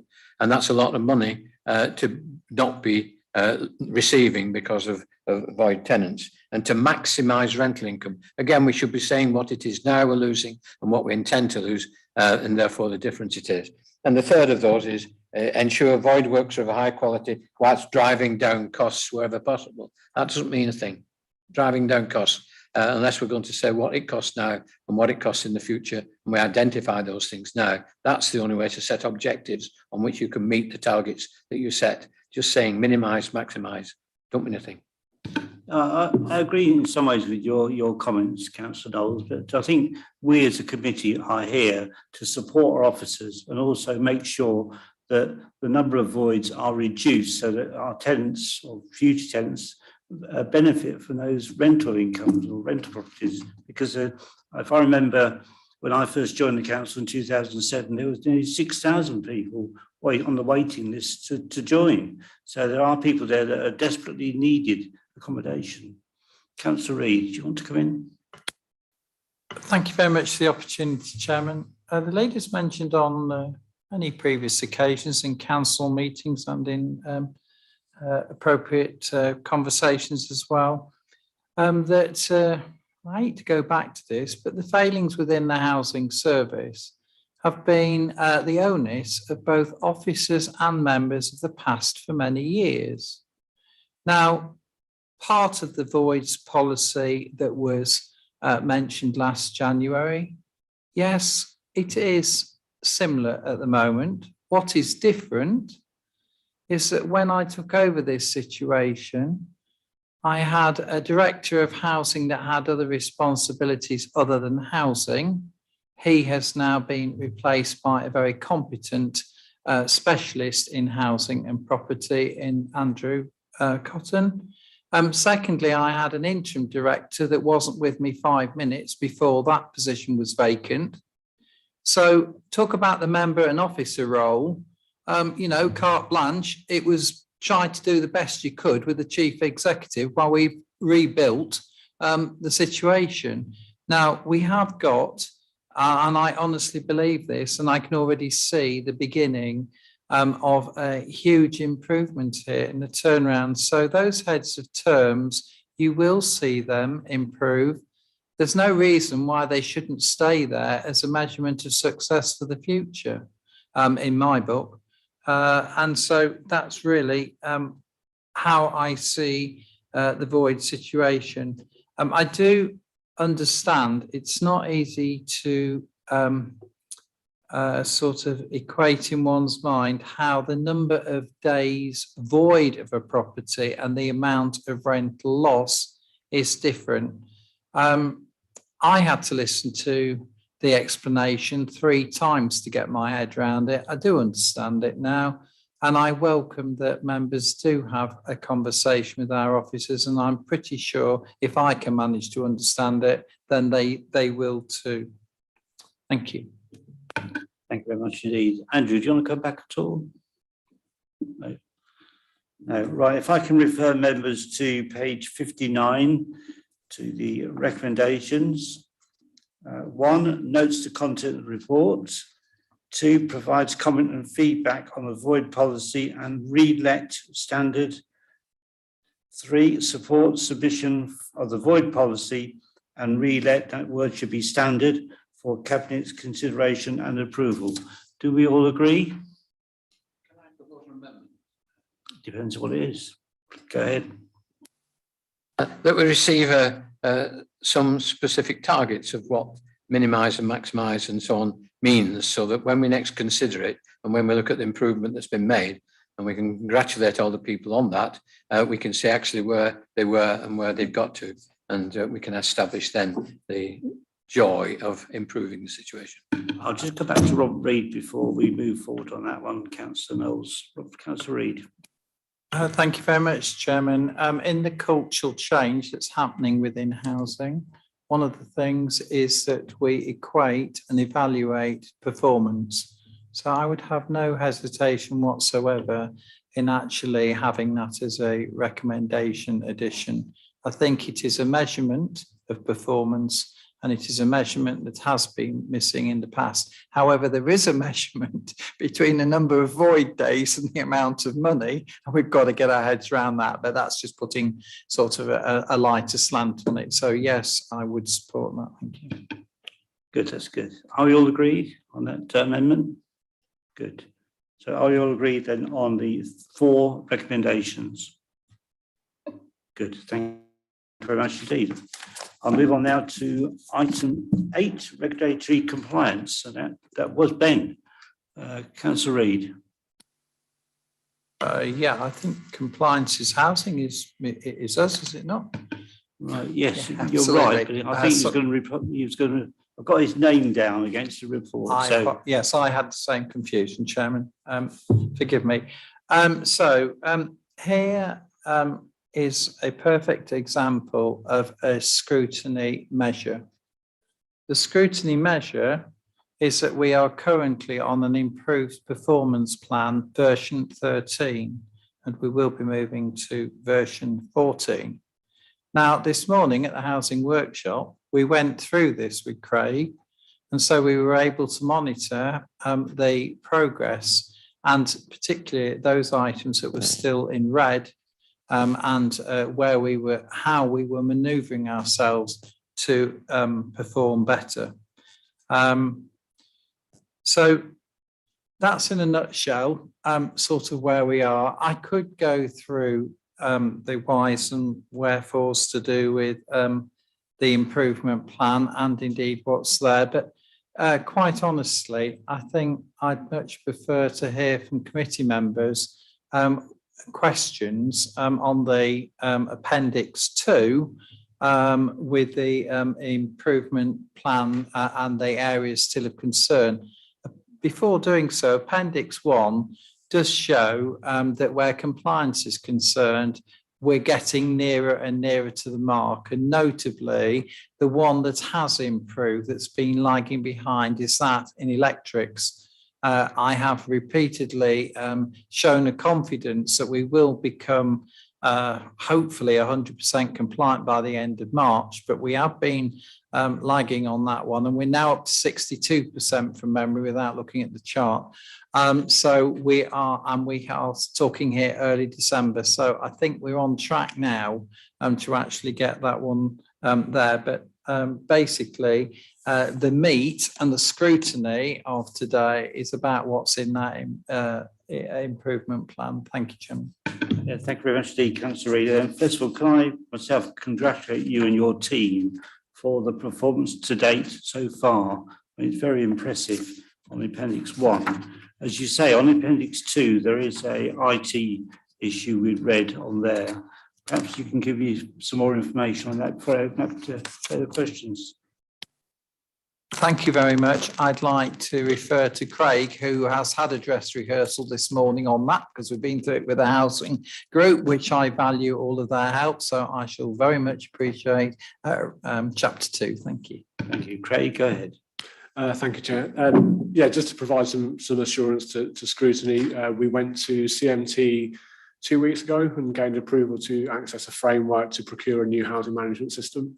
That will take a considerable amount of time to implement, but we are now virtually ready with the specification. We'll have the specification out to tender by the end of this week, and we'll have a short list of 3 suppliers who will come in and do us some demonstration sessions to our team, so that they can be informed and they can also be involved with regards to choosing the correct system for our service and the correct system that they want to use moving forwards. The implementation will take approximately 12 months, so we're looking to hopefully sign the contracts before the end of March next year, with an implementation date for the 1st of April 2023. That sounds a long time, but when you're considering importing the amount of data and information from one system to another to get it into a position that's going to be workable, that's still quite an optimistic and quite a stretch target. It's something I'm personally quite well versed in. I've done a number of those sort of projects previously, so I know that it's 100% achievable, but we just need to make sure that we kind of have the correct kind of resilience and the correct support from project boards and from across the service to allow us to deliver that. So yeah, we're out of framework at the end of this week. 6-week turnaround on the quotation to come back to us, evaluate those in early January. And then with a view to then hopefully getting the contract signed between mid-February to mid-March. Thank you very much. I now open up to members of the committee. Any questions from anyone? Yes. Councillor Knowles. Thank you, Chair. Sorry to keep coming back. This is something that I've made aware to Andrew, but there seems to have been a problem that's recurred in Bourne with regard to the smoke alarms. They allegedly should have been serviced in September and were not. And certainly since then, there have been several instances of them going wrong, and the response has been pretty poor. So I think there's 2 levels there. One, the service level of these things, and secondly, the response when they go wrong. And the response was poor from A, the subcontractor that was required, and B, the telephone system here in Grantham, so that people were trying to get through 40, 50 minutes and then getting cut off before they could speak to anybody about the problem. And of course, these council tenants tend to be elderly and with problems, illness problems and so on. And I've mentioned it to Andrew separately, but I just wanted to record the thing that there does seem to be a problem with the contractor who looks after the smoke alarms. Sorry, Councillor Knowles, can you just repeat that, the name and location, because I've suffered from hearing loss. I couldn't hear what you were saying. Yeah, sorry. There have been several occasions in Bourne where allegedly the tenants stayed in to wait for somebody to come and service the smoke alarms, and nobody came. That was a bit I couldn't hear. Yeah. What was the location again? Well, it's in Bourne and it's in Meadow Close. Right, okay, thank you. And there have been several now problems that have occurred during the day where they couldn't get any proper assistance very quickly to solve the problem. And eventually they did do, but it took a long struggle to get any assistance. And it would appear that the deal with the servicer is not fulfilling its requirement. Who apparently somebody called Tunstall's. And if I may say, by the way, yesterday I was talking to a member of staff at Tunstall's, and he is leaving them because the level of service to their customers, not only in Lincolnshire but elsewhere, is of such a poor standard, he no longer wants to work for that company. Thank you. Andrew, can you comment on that, please? Thank you. Yeah, happy to do so, Chairman. Councillor Knowles did raise the examples he's touched on today. Just a bit of broader context, we do have, and we take to update the regulator with every month a sheltered housing improvement plan as well. And that has picked up in terms of those issues about the carbon monoxide detection, the sort of smoke detectors, and problems being generated when the systems have been tested for electrical safety, which is throwing up the issues for the tenants. We do believe that's been resolved with the contractor. The related problem that Councillor Knowles has touched on there in relation to being able to get through, really good to have specific examples there. Clearly, that's not the level of service that we want. We have taken that away to think of the best way of meeting tenant requirements. One of the issues we have had is a shortage of staffing within our customer contact officers. We have recruited to those vacancies. Those 2 new members of staff are going through training. I met with them last week, actually. So hopefully that will assist. And I think the other, very kind of Councillor Knowles actually to point out that the issues was getting through. When you actually got through, there were helpful staff there that were trying to do their best for, for our tenants. So, we've got a lot of good people, but frequently it's our systems and frameworks that we need to get right.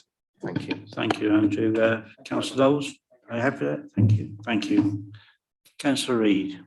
Thank you. It might be an opportune moment to actually share the vision of where we will be going with a housing management and digital solution for the future that's currently being undertaken by Craig. It's his #1 job. This particular system, albeit I do understand for elderly residents that don't have IT access or whatever, it won't be of benefit to them. And let me assure everybody, the telephone will still be there. But this particular system that I have seen at the housing conference, seen it demonstrated, and indeed officers have, there were several systems, but the one that I favour is the one that tenants can actually raise their faults themselves there and then on the system, and they track the level of progress of how they're being addressed and how they're being dealt with.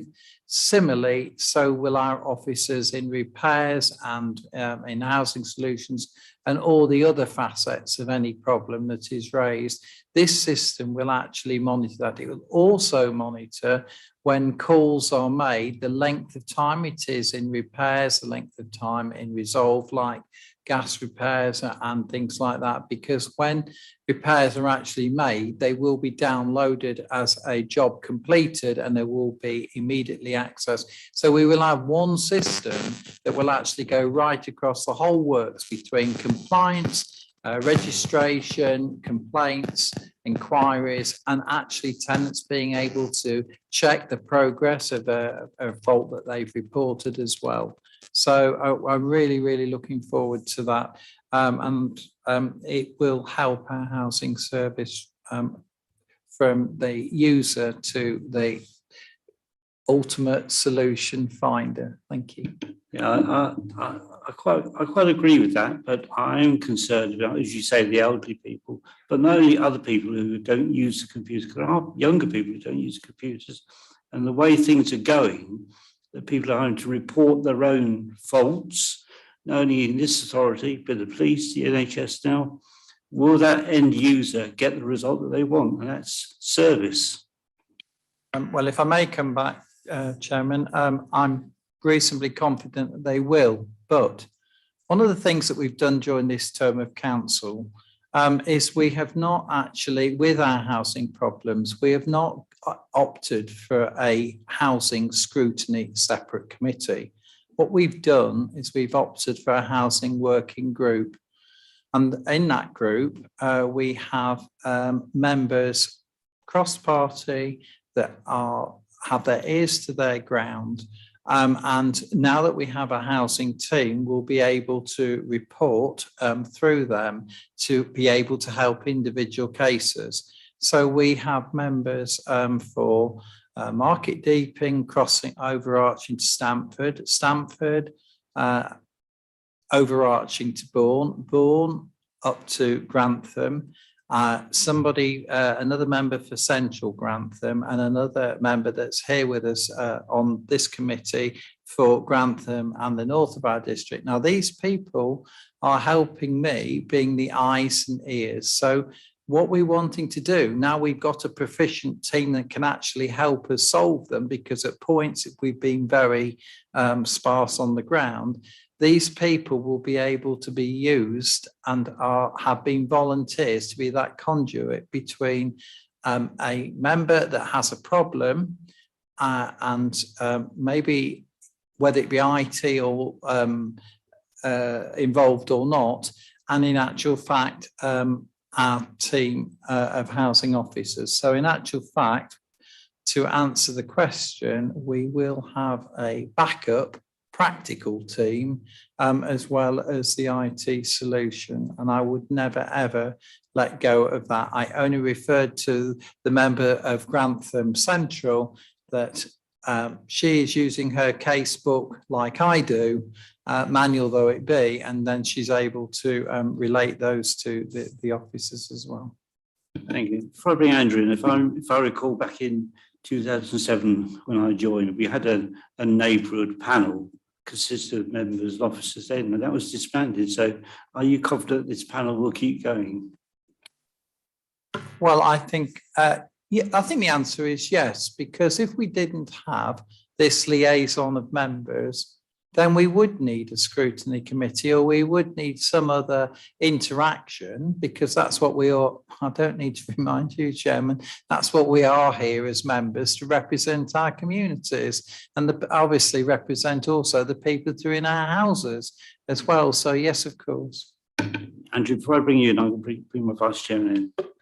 Yeah, I don't know if it's Andrew or yourself, Councillor Reid. We're getting all this information, obviously, from the working group and from district councillors yourselves. We've got another 12 months until this IT systems, and I have every confidence, because I know you've got the experience, Craig, with these new systems. How are we logging all this? Have we got an officer that is bang on it, flagging up when what I call the A1 real bad problems? You know, it's very easy to have too many chiefs and not enough Indians. Thank you. If I may come back then, a very good question too. What we are hoping to do is we're hoping to keep the existing systems that we've got live and going. And during the 12-month period, we shall be loading with proper information, up-to-date and relevant information onto the new system. The worst thing we could do is to integrate what's on the fragmented systems now onto the new system. That's going to take us probably up to 12 months.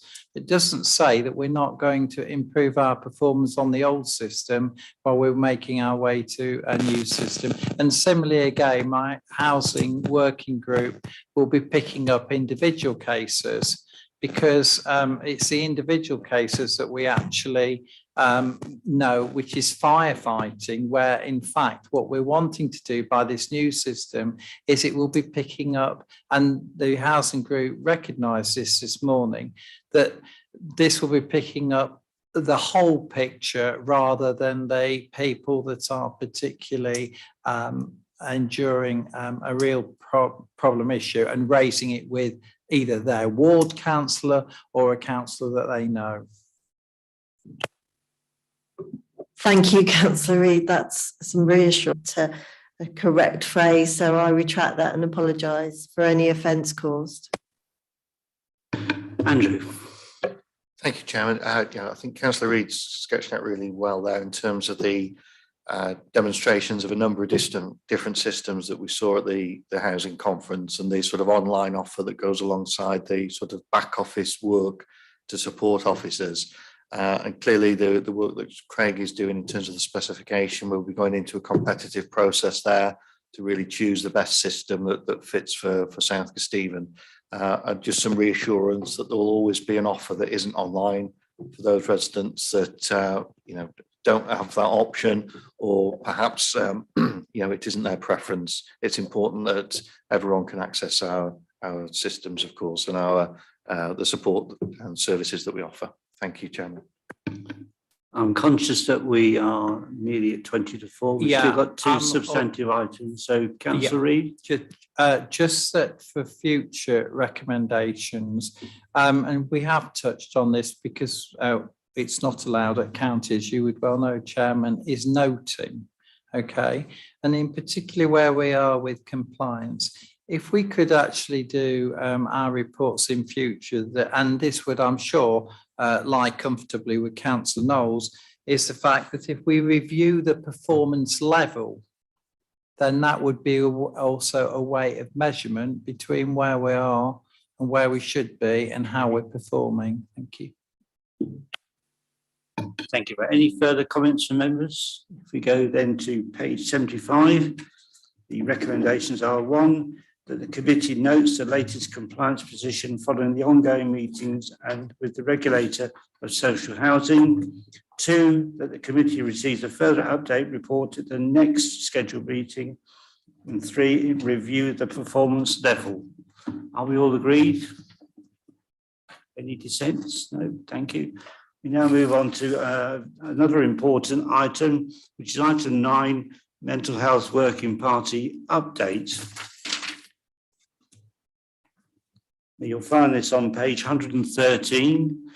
It's been a very interesting and worthwhile working party, and I thank all the members of the party for their input and their contributions to this subject. Councillor Mason, would you like to lead, please?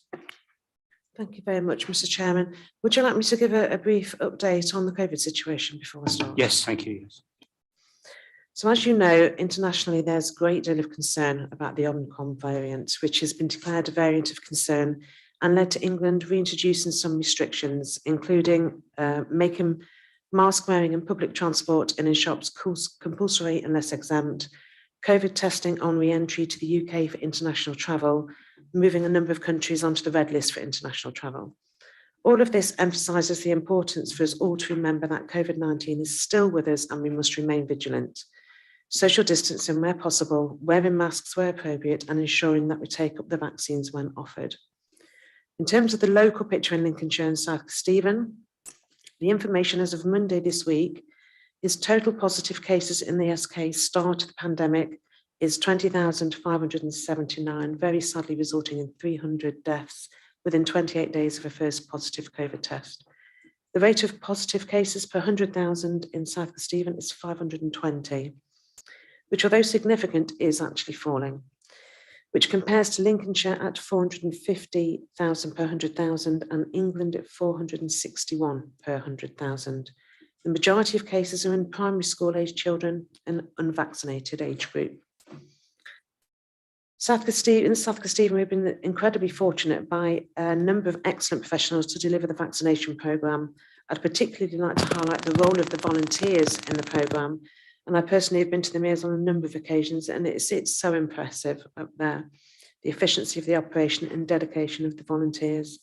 And the dedication is contributed significantly to the high vaccination rates in our district, which show that people aged 12 and over, the percentage of people who've received doses are first dose 88%, second dose 82%, and third dose or booster 40%. So these are good figures, but we mustn't be complacent. We understand the government may be considering introducing Plan B new measures. We've got a briefing at 5:30 this evening, and we will of course update people as soon as they are announced. But I would say, however, it's vitally important that everybody should follow the guidance and legislation and take up vaccinations when offered. Thank you very much. You mentioned the work of the volunteers. I've had all my jabs now, and I've seen people out there working free of charge, volunteer, doing their bit for society. Is there any way that we can, as a council, acknowledge those who volunteer? Yes, absolutely. And that's something that me and Ken Lyon is working on, so we can report back on that. Thank you very much indeed. Any members got any questions on the coronavirus update before we move on to mental health? No, thank you, Annie. Thank you, Mr. Chairman. So the presentation, I believe, is being put on the screen as well as in your agenda packs. So as a brief update to committee, we agreed that we would give an update at the 6th monthly period. And so as you know, in the summer of 2020, I was asked to consider the mental health challenge. This committee considered the opportunity and we're keen to support a development plan that was specific to South Stephen District Council rather than adopt a standard motion. A cross-party working group was formed to take things forward following an initial workshop and consists of both members and officers. We then developed a bespoke motion on mental health, which was unanimously approved at full council. Would you like to do the next slide, Jordan? Thank you. It's very important to me to ensure that everyone had an equal voice within the working party, everyone playing to their strengths, designing a bespoke approach for each part of the district while learning from what's happened elsewhere, locally and nationally. I'm incredibly pleased with the excellent contribution from each member and all of the officers of the working party. The working parties I've mentioned consists of members and officers working together to promote positive mental wellbeing in our district. We have Councillor Amanda Wheeler and Emma Sharp working on supporting wellbeing in communities. Councillor Phil Dilks and Alice Atkins working on support SKDC employees and members. Councillor Helen Crawford and Alan Robinson concentrates on mental health and decisions and policy making. Councillor Penny Robbins and Carol Drury on working with the voluntary sector, and Councillor Ashley Baxter and Ken Lyon engaging with Lincolnshire County Council and the Health and Wellbeing Board. And as you all know, I've been nominated as the district's mental health champion and chair of the working party. We've all been working really hard across all these areas of focus, supporting and working in partnership to promote positive mental health and wellbeing in our communities. I'm going to hand over to Ken to go through each area of focus. Brilliant. Thank you very much, Councillor. So, and just to say, actually, one of the really positive things about the Mental Health Working Party has been that it's provided an opportunity for different officers who wouldn't normally work together or work closely with councillors necessarily to do that and really step up. And I've got Emma Sharp and Alice Atkins behind me, who are two absolute stars in our organisation, who have been brilliant on the Mental Health Working Party, and it's been a really good opportunity to engage them with that. So just to flag up, and half of the slides that I'm about to talk to, if there's any questions, I'll just refer them to them because they know more than I do because they've done the work. So so we'll talk through. So just briefly talking through those 5 areas is around. So the first is around supporting positive mental health in our communities, and I think one of the key things about this is that we've been incredibly keen not to try and take over things that are going on in the communities and actually try and work with and enhance things that are going on already. And making sure that we've got a good spread across the entire district of different support and places to signpost people to. So one of the things, if we just go to the previous slide, actually, Amy, one of the things that we've been keen to do is to understand a kind of a go-to organisation in each of the towns. So in Bourne, we've got Don't Lose Hope, who have been doing some fantastic work there. In Grantham, we've got Beehive, and in Stamford, there's Mindspace. And that's not to say that there's not lots of other excellent groups around the town. So there are others, but those have been the kind of 3 groups that we've focused on working with. And one of the things we've been quite keen to do is to support the Deepings community in their desire to create a similar group there. And that's something that Emma's been doing, and they're forming a community wellbeing forum now, which we're really excited to see that come forward. But again, it's very community led, not imposed by the council. So if we just just kind of move forward. So we've been able to, one of the things we referred to in the performance update earlier was around the leveraging funding from external places to support our communities. And one of the ways in which this has happened is through the mental health stuff. So we've been able to facilitate, really, Don't Lose Hope and Arts Pop-Up coming together to form a partnership to establish a wellbeing map. Now, if anyone of you spoken to Councillor Wheeler and you've avoided her giving you a Stamford 5 ways to wellbeing, I'd be impressed, because she's definitely one of the great champions of it, and I've never seen her without several of them. So something similar but very Bourne specific that's going to be developed there over the coming months, and they've been able to leverage in funding, and something not too dissimilar as well in Grantham that Beehive are going to work with Arts Pop-Up on. And then in addition to that, the Deepings is a community cafe that is it just starting this week, is it, Emma? That have been led by Tonic Health as part of the offer there, which is really exciting. And I think, as I say, the key thing is around really getting the reach out and getting the signposting. So the opportunities to get people who come across others in their everyday lives to be able to point them in the right direction for community support is a real key part of that. And as I said, if there's any questions about that area, Emma or Amanda will be able to answer them, or I can supplement it. But that's been a really positive area. So just moving on to the next slide in the next work stream. So another key part has been around supporting positive mental health, mental wellbeing in officers and members. So a few years ago, we created the mental health first aid scheme for officers, and that worked quite well. But we found that there's actually opportunities to improve and increase that. So Alice has been really leading on that. So we have worked really well with Don't Lose Hope, who provides mental health first aid training to train up more officers in mental health first aid training, but also to refresh the existing ones. So we've got really good coverage of that, and one of the key things that we're trying to do is make sure that that has a good coverage of all service areas, so that's accessible to staff. And in addition to that, we're really keen to support members' mental wellbeing as well.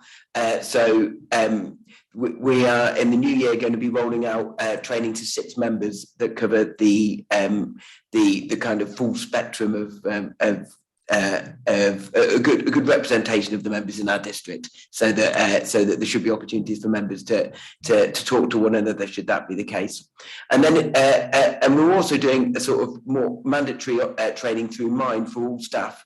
So that's initially been introduced for new starters, but then that will go more broadly across the organisation to really be able to spot and support mental health needs. So just move on to the next slide, please, if that's okay, Amy. So in addition to that, we've done various different things to raise awareness and move on to things that are already happening. So, for example, it's been really important over this last 2 years that we've been able to get the message out about the Employee Assistance Programme, which I must say is available to members as well as officers. So it's something that we rolled out in the pandemic to make that available for members. That's a really valuable resource, particularly in remote working when we're seeing less people.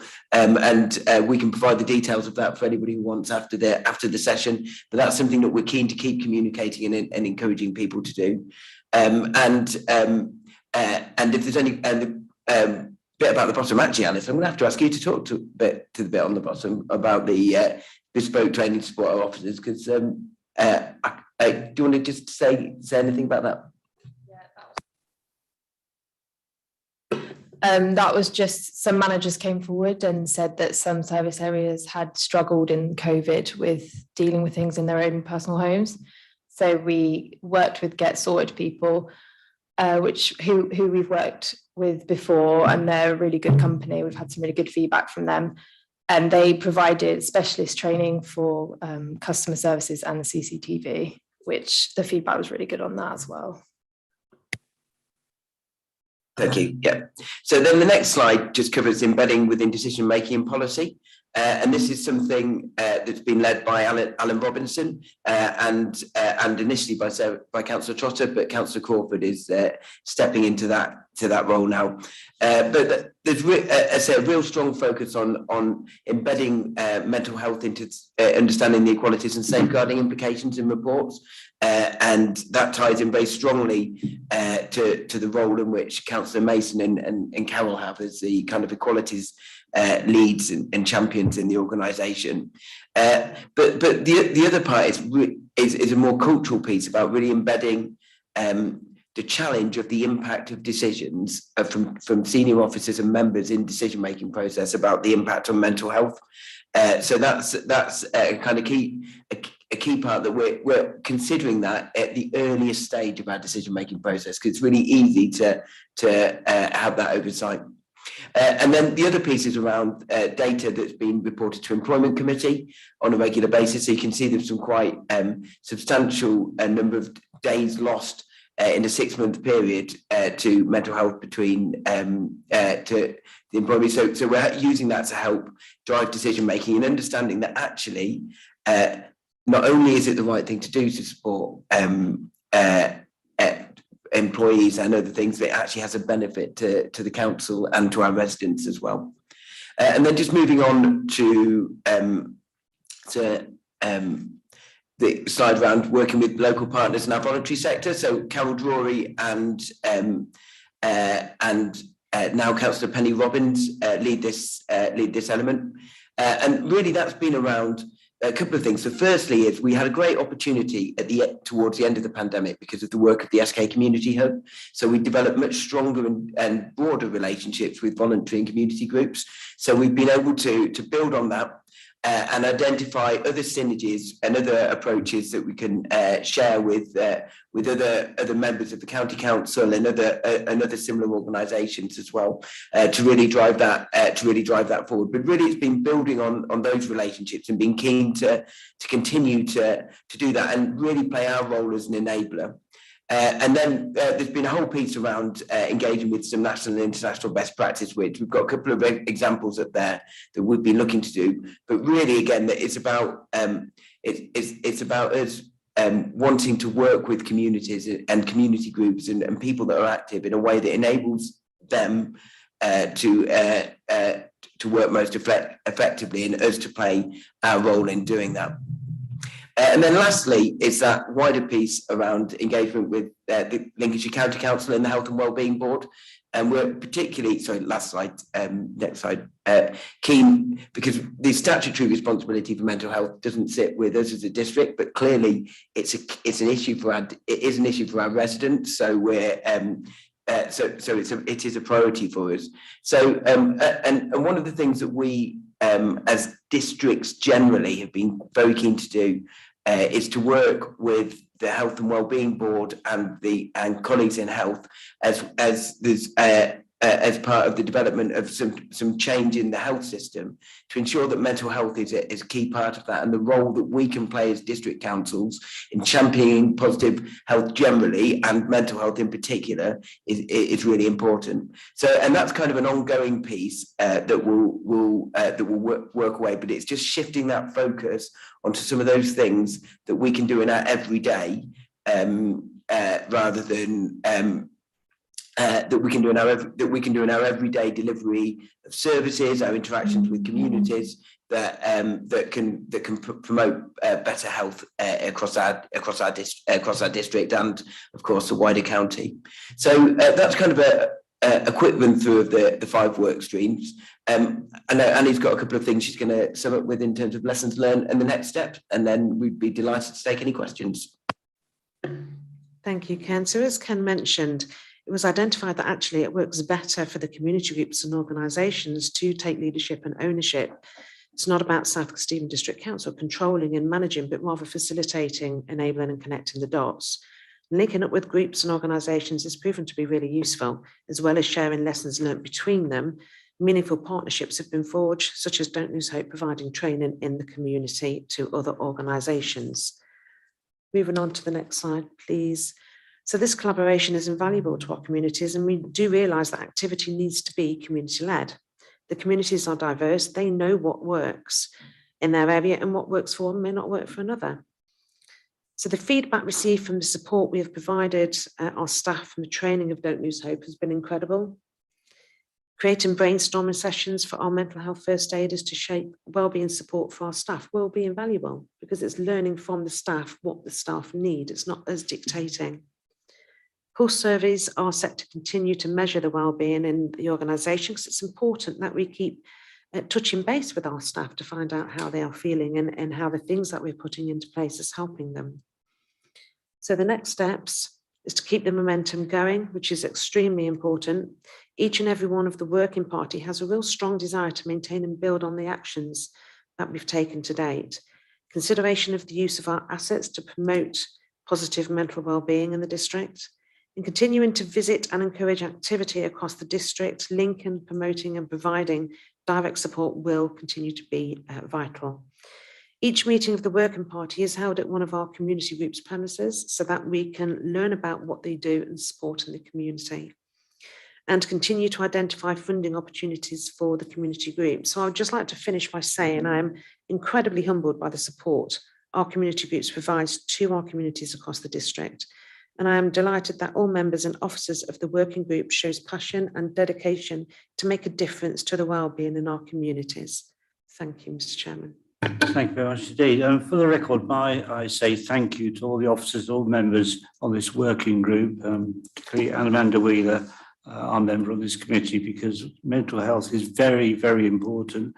Having dealt with mental health in the police and also as a council member as well, I've dealt with 4 different occasions, 4 different peoples. It'd be very interesting to give some examples or signs for members to look for when speaking to people, because you don't initially recognise those signs when you deal with residents. But the other thing I was going to say was that on the Overview and Scrutiny Committee at County Council, we found that 46% of our staff were still suffering from loneliness, being working from home, which could lead to mental health initial interest. So that's what I'd say. I was going to come to Amanda actually for her to give us her experiences on the working group. Amanda?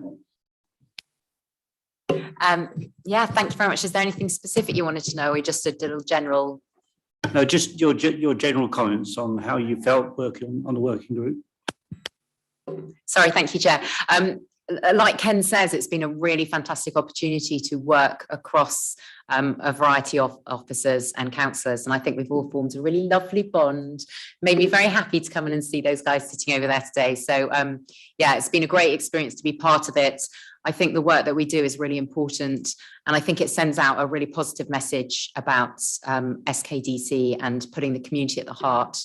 I had a meeting last week with community groups in Stamford, and we've got ongoing connections project where we're all working together, sharing ideas and supporting each other, and it feels like we are doing something really special. So I'm really grateful for that. I do have one question and one issue that I wanted to raise, but Nicola's gone because that's who I wanted to talk about with her. I don't want to put a dampener on things, but it was just that, you know, what we're doing as part of the mental health working group is kind of a giving thing, and it, you know, other parts of the council need to come on board with that, because some of the community groups in Stamford have spoken to me about the fact that they've used, say, the arts centre spaces there for free for the last 10, 15 years, and now they're suddenly being charged. So I just wanted to flag that as an issue, because obviously the culture review, which comes under a different committee, I know, but is looking at making a bit more profit out of the arts centres, and we need to be very careful that we're not taking away at the same time as we're trying to give with the mental health working group. So sorry to put a slight a dampener, but I love the group and I think we're doing some great things, so thank you. Thank you. Just some comments I'll make myself for over to members. On page 123, you've got an acronym PCNs. What is a PCN? Anybody know? Sorry, Councillor Wootton. Oh, sorry, go on. Other people answer if others know the answer. No. So it's a primary care network, which is how the local health services are divided across the county. I think there's 14 in Lincolnshire. And also on page 121, you talked about ensuring that equalities impact assessments are carried out and that mental health is included. Well, when you look on page 17, 9.1, equality and safeguarding implications, there's no mention of mental health on that paragraph at all. So perhaps in future we can make sure that they are made. Yeah, it's a good point. The form needs adjusting and make sure that they're explicitly included. It's a good point. Thank you, Councillor. Thank you very much indeed. Members, any further comments? Councillor Knowles, Councillor Westrop, no. Councillor Trotter, no. Only Chair to say what a wonderful job they're doing. Sorry? Mayor to say what a wonderful job they're doing. Yeah, it is a good job, yes. Councillor Mason, do you want to sum up? It's only for noting only this report.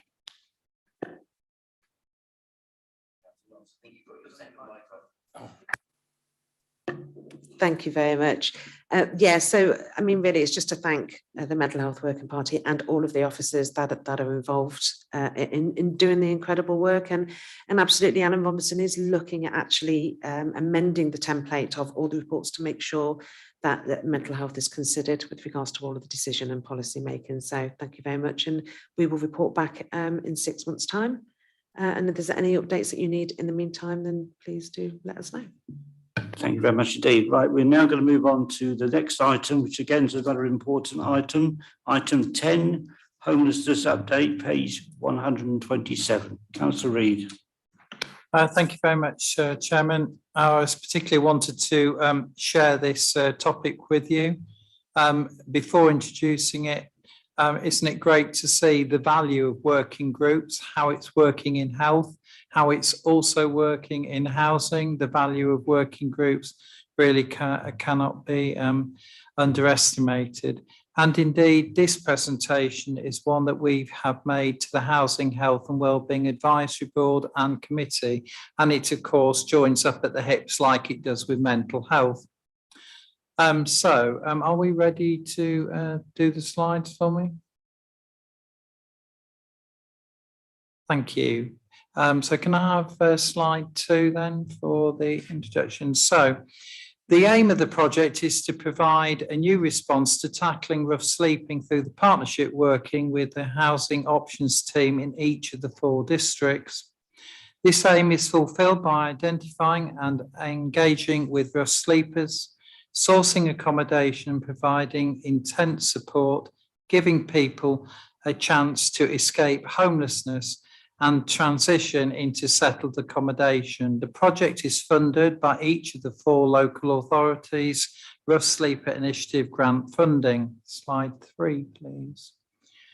The main objectives of the project are to provide increased prevention work for those at risk of rough sleeping, reduce the number of repeat rough sleepers, reduce the number of rough sleepers that are likely to become entrenched, improve physical, and here it is, mental health and well-being, provide greater levels of effective support in unstable accommodation, and source sustainable private sector accommodation which meets the needs of wide range of customers or clients. Slide 4, please.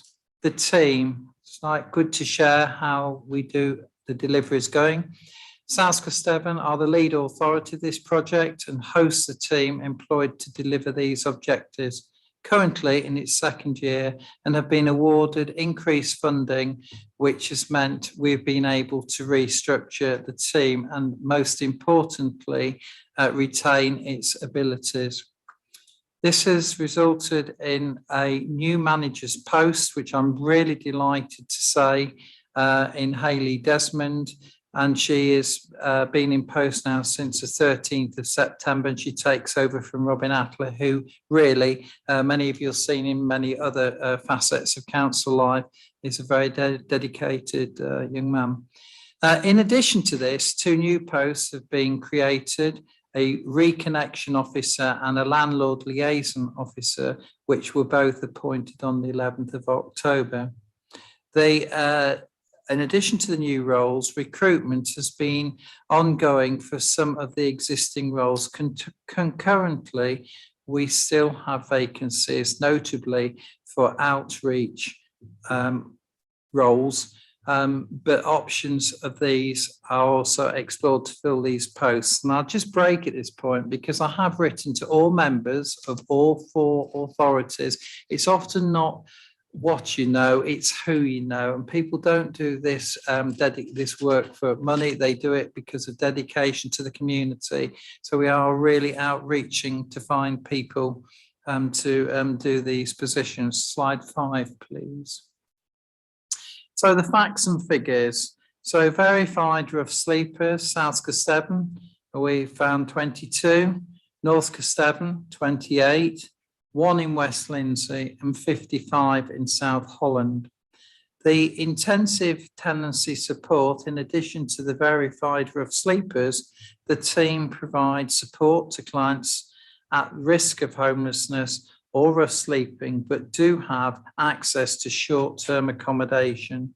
The team work to help prove and move them on from this accommodation. The support team worked with a number of client cases, and to share those numbers with you, South Coast Devon 49, of which we've still got 17 open cases. North Coast Devon 44 with 24 open cases. West Lindsey with 40, and they have 11 open cases. South Holland have 20, and they're still trying to solve 6 of them. Can I move on to slide 6, please? The challenges. Firstly, District Council colleagues right across the partnership have provided great support and input into the success of the scheme, but there are always challenges, 2 key ones at present. Recruitment, which I've mentioned, with outreach workers, cutting edge of the service, not great pay, but rewarding to the risk of repeating myself. Partnership working, some real issues with the input from mental health services and adult social care. Now, in presenting this report, and this is the second time I've actually done it, it's good to share with the committee, and it's also good as the lead authority to be able to say we have improved the mental health services connections. And indeed, we're working on the supported accommodation. It's all very well for us to find accommodation and, in fact, trying to look after people, but it just doesn't end up finding a roof over their head, as I'm sure members here will recognise. So if we can move on to slide 7, please. The successes. So this is a good one because it's always good to share achievements. The team have achieved some great successes over the last 12 months, but one of the most notable is their assistance with an entrenched rough sleeper who has been rough sleeping for the best part of 18 years. The last 6 have been spent in the Stamford area. For a number of years, the client in question reported to us the fact that they wanted to carry on as they are and actively refused assistance offered, such as is their wish. However, over the past year, officers from Change for Lives team have been working with the client of the outreach visiting and on a regular basis to check on the well-being, and small provisions such as food and fuel for heating have been of help as much as possible. Through the team's hard work, the client slowly came to accept their assistance in seeking accommodation and made contact with our housing options team here at SKDC. One of our homeless prevention officers took on the case and made frequent trips to visit the client, ensured that they were supported in accessing our service. Through our teams working together, the client was able to access the housing register to be considered for accommodation. This has now been successful and the client has moved into settled accommodation. And Chairman, at this point, I'm sure all of this happened without the support of IT in any way, shape or form. So, here we are again, practical solutions, notebooks and hearts and minds that are all working together. Support from our Change for Lives outreach worker will continue as the client transitions into tenancy and the local community centres assisting with provision of white goods. I sincerely hope this story clearly demonstrates the great work the team have been doing over the last 12 months, and I can see it continuing with strength to strength. Thank you very much. I've rattled through that because I know time is pressing. And I'd like to ask for any questions or observations from the presentation. Thank you very much. No, thank you very much, Councillor. I mean, really, really heartening to see the change of direction now through treating people who are homelessness. Because I remember going back when I first joined the police, the priority was to arrest them, to get them off the street. I'm sure Councillor Trotter will agree with that as well. That was the main view, was to arrest them. So people with drug use, alcohol use, homelessness really need care and support, not arresting, but that was then and this is now. I don't know now to members for comments because it's only for noting only. So, Councillor Amanda Wheeler. Just a couple of things. I don't know if anyone's aware of it, but there's an app called Street Link, which I have on my phone. Do you know about it? It's brilliant. It's like Fix My Street, if you've got Fix My Street.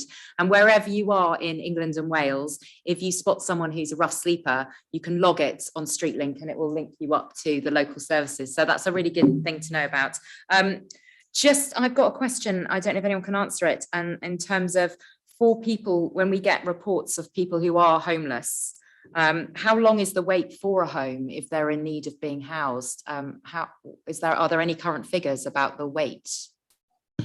I'm not sure. Councillor Reid. I will ask for some data from one of my offices in a moment, but very quickly, I had a resident in the Riverside. I better not perhaps mention the exact house, was homeless, was housed in the Riverside, is receiving support now, and we're hopefully going to get him rehoused down to the south of the district where his relatives actually are.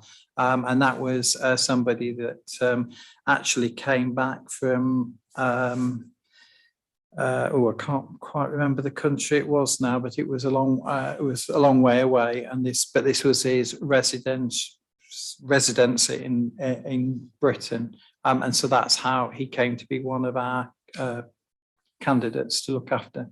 Andrew, you ready? Yes, thanks, Councillor, through you, Chair, of course. In terms of a rough sleeper and the provision of accommodation, well, there's two elements to it, I guess, Councillor Wheatley, in terms of your question. The first is the most difficult challenge can actually be the engagement with the rough sleeper, particularly an entrenched rough sleeper. And clearly the case study that Councillor Reid spoke about was a good example of that. Often it's not the case of the availability of accommodation, but being able to persuade someone to take that leap. Every rough sleeper has their own story, of course. And that's the skill, if you like, of the outreach worker, is that engagement. The other thing is that Change for Links is really designed to offer support to people that fall outside the sort of categories where the council would have what's called a full duty to accommodate. If there's someone that's homeless and we have a full duty, we will accommodate them, from that night. It may be in temporary accommodation, but if we have that full duty, we will do that. I don't have a specific timescale in terms of the average for those rough sleepers that we engage with to being accommodated, but I can certainly see if we hold that data. I'm sure we will have something, and happy to come back to committee on that basis. Thank you very much, Steve. Andrew, any further comments from members of the committee? No, this report is for noting only. Could I ask Councillor Reid to perhaps bring back this? Oh, sorry, Hilary. Sorry, I was debating whether to ask the question. I'm not suggesting for one moment that all the rough sleepers are actually anything are drug abusers, but there does appear to be a vast amount of money being put forwards for help for people who are in that situation. And probably many of those could be rough sleepers or turned out of their homes anyway. Can we tap into that fund, the new fund that's been set up in the last week? I'm not aware of that fund, actually. Andrew, Robert, are you aware of that fund? I'm not, but what I can say is that in terms of the support team and working with rough sleepers, certainly alcohol and drug dependency, mental health issues, are one of the themes that sort of run through rough sleeping. And as a team, they are very adept at either finding other agencies to support, as Councillor Reid has mentioned, adult social care, as an example. So certainly any pots of funding that will come up, yes, we would be more than happy to explore that. Thank you, Councillor. Prime Minister actually announced 790 million this week or last week towards people who use drug abuse or beg your pardon? Sorry. One at a time, please. Yeah, I mean, it's just, there must be a fund coming in. And going through the police at the moment, they're apparently doing a lot with drug users and pushers and so on. And some of those people must be rough sleepers or... He was talking about county lines, wasn't he? It was to do with county lines, but it wasn't only that. Yeah. If I could ask you, Robert, Councillor Reid, to perhaps bring back a report in 6 months' time on the current position. I congratulate you and your team for the work you're doing, because anybody that sleeps on the road that's not in the house is really bad. I mean, my eyes were opened up years ago by walking along the Strand in London to see a whole street for people sleeping outside premises there. Yes, Chairman, I'll be honoured to actually give an update, and possibly just not in 6 months' time, but as time goes on. A lot of our county councillors, as you well know, across all 7 districts, are very passionate and very active with rough sleeping, and I'd like to just use this opportunity in thanking my officers, because they've just undertaken in November an overnight rough sleep account, and made sure that they're fully aware of any circumstances. Thank you. I think the time when you report to us there's nobody sleeping rough would be the best time. Thank you. We move on now to the next item on the agenda, which is the 11th, which is the work programme for the next meeting on the 17th of February. You will see there we've got 3 items listed, but if you turn over to page 139, I'm keen to debate the remit that we've got on that list there. Is there any item on that list? We've also got the assisted gardening scheme coming back on in February, but is there any item for future meetings that you wish us to pursue?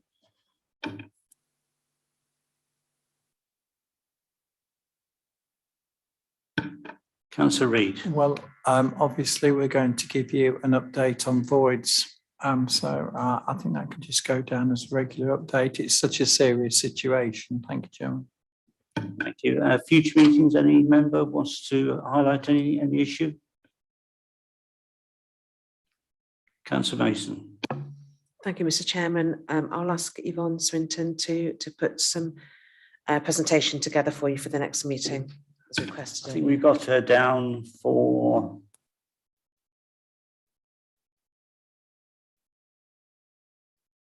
yeah, thank you. That'd be good idea. Thank you. Yes, yeah. So if not, then we'll move on to the last item on the agenda, which is the community awards. This is for info only. Now, I know you asked me to make sure this is on the agenda, Amanda, Councillor Wheeler. Is there any comments you wish to make before I close the meeting? Oh, is no one presenting the report? It's just It's there. for info only. It's not an agenda item as such. Okay. Well, yeah, and it was just very interesting. I'm glad we did it. I think it was an excellent thing. And I just wondered whether there was going to be some feedback on what the criteria was and what changes might be made for future years, because presumably having done it this year, we're planning to do it again. Councillor Mason. Thank you, Mr. Chairman. In the report that's in your packs, it does state the criteria. We definitely want to do the awards again next year, and we are very open to having a workshop with this committee to look at ways we can improve and engage. It was incredibly successful. We had over 123 nominations, and it was extremely positive out in the community. So yeah, absolutely, we want to improve on it, and we would welcome comments from this committee. So if you'd like us to organise a workshop, I'm more than happy to. Yeah, Councillor Trotter. Yeah, I just want to thank you, Councillor Mason. It did seem really well received, and it's good to have some good news for once. Thank you. Thank you. And any other comments, Councillor Reid? Thank you very much. I think it was a wonderful initiative. I'm really pleased that it'll be going forward. My director, Andrew, and I were involved in part of the judging process. I think it brought members and officers together right across the council in the way that we all conducted. And you know what? We don't say thank you enough to the people, particularly ours was second helpings in Stamford to do with food banks and that sort of thing. And we had to judge between what the operation was going on in Grantham, what was happening in Bourne, what was happening in Stamford. And it wasn't just about the awards, it was about actually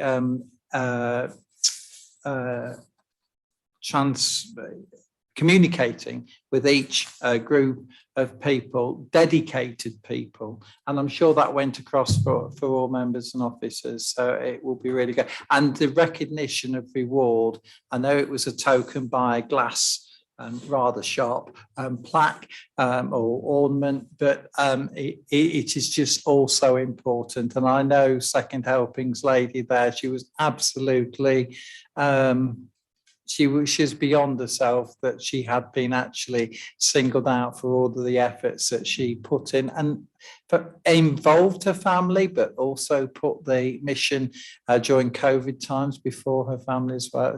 You know, I mean, that's what community is all about. Thank you. Well, you're quite right, Councillor Reid. I mean, so many unsung heroes out there, particularly during COVID. And as I mentioned about the vaccination centre volunteers, you know, there's so many people that are doing their best for the community, and I think need recognising. I'm now going to close the meeting at 4:25, and all I can now say to you is wish you all a happy Christmas and a safe New Year. And thank you very much, Steve, for your support.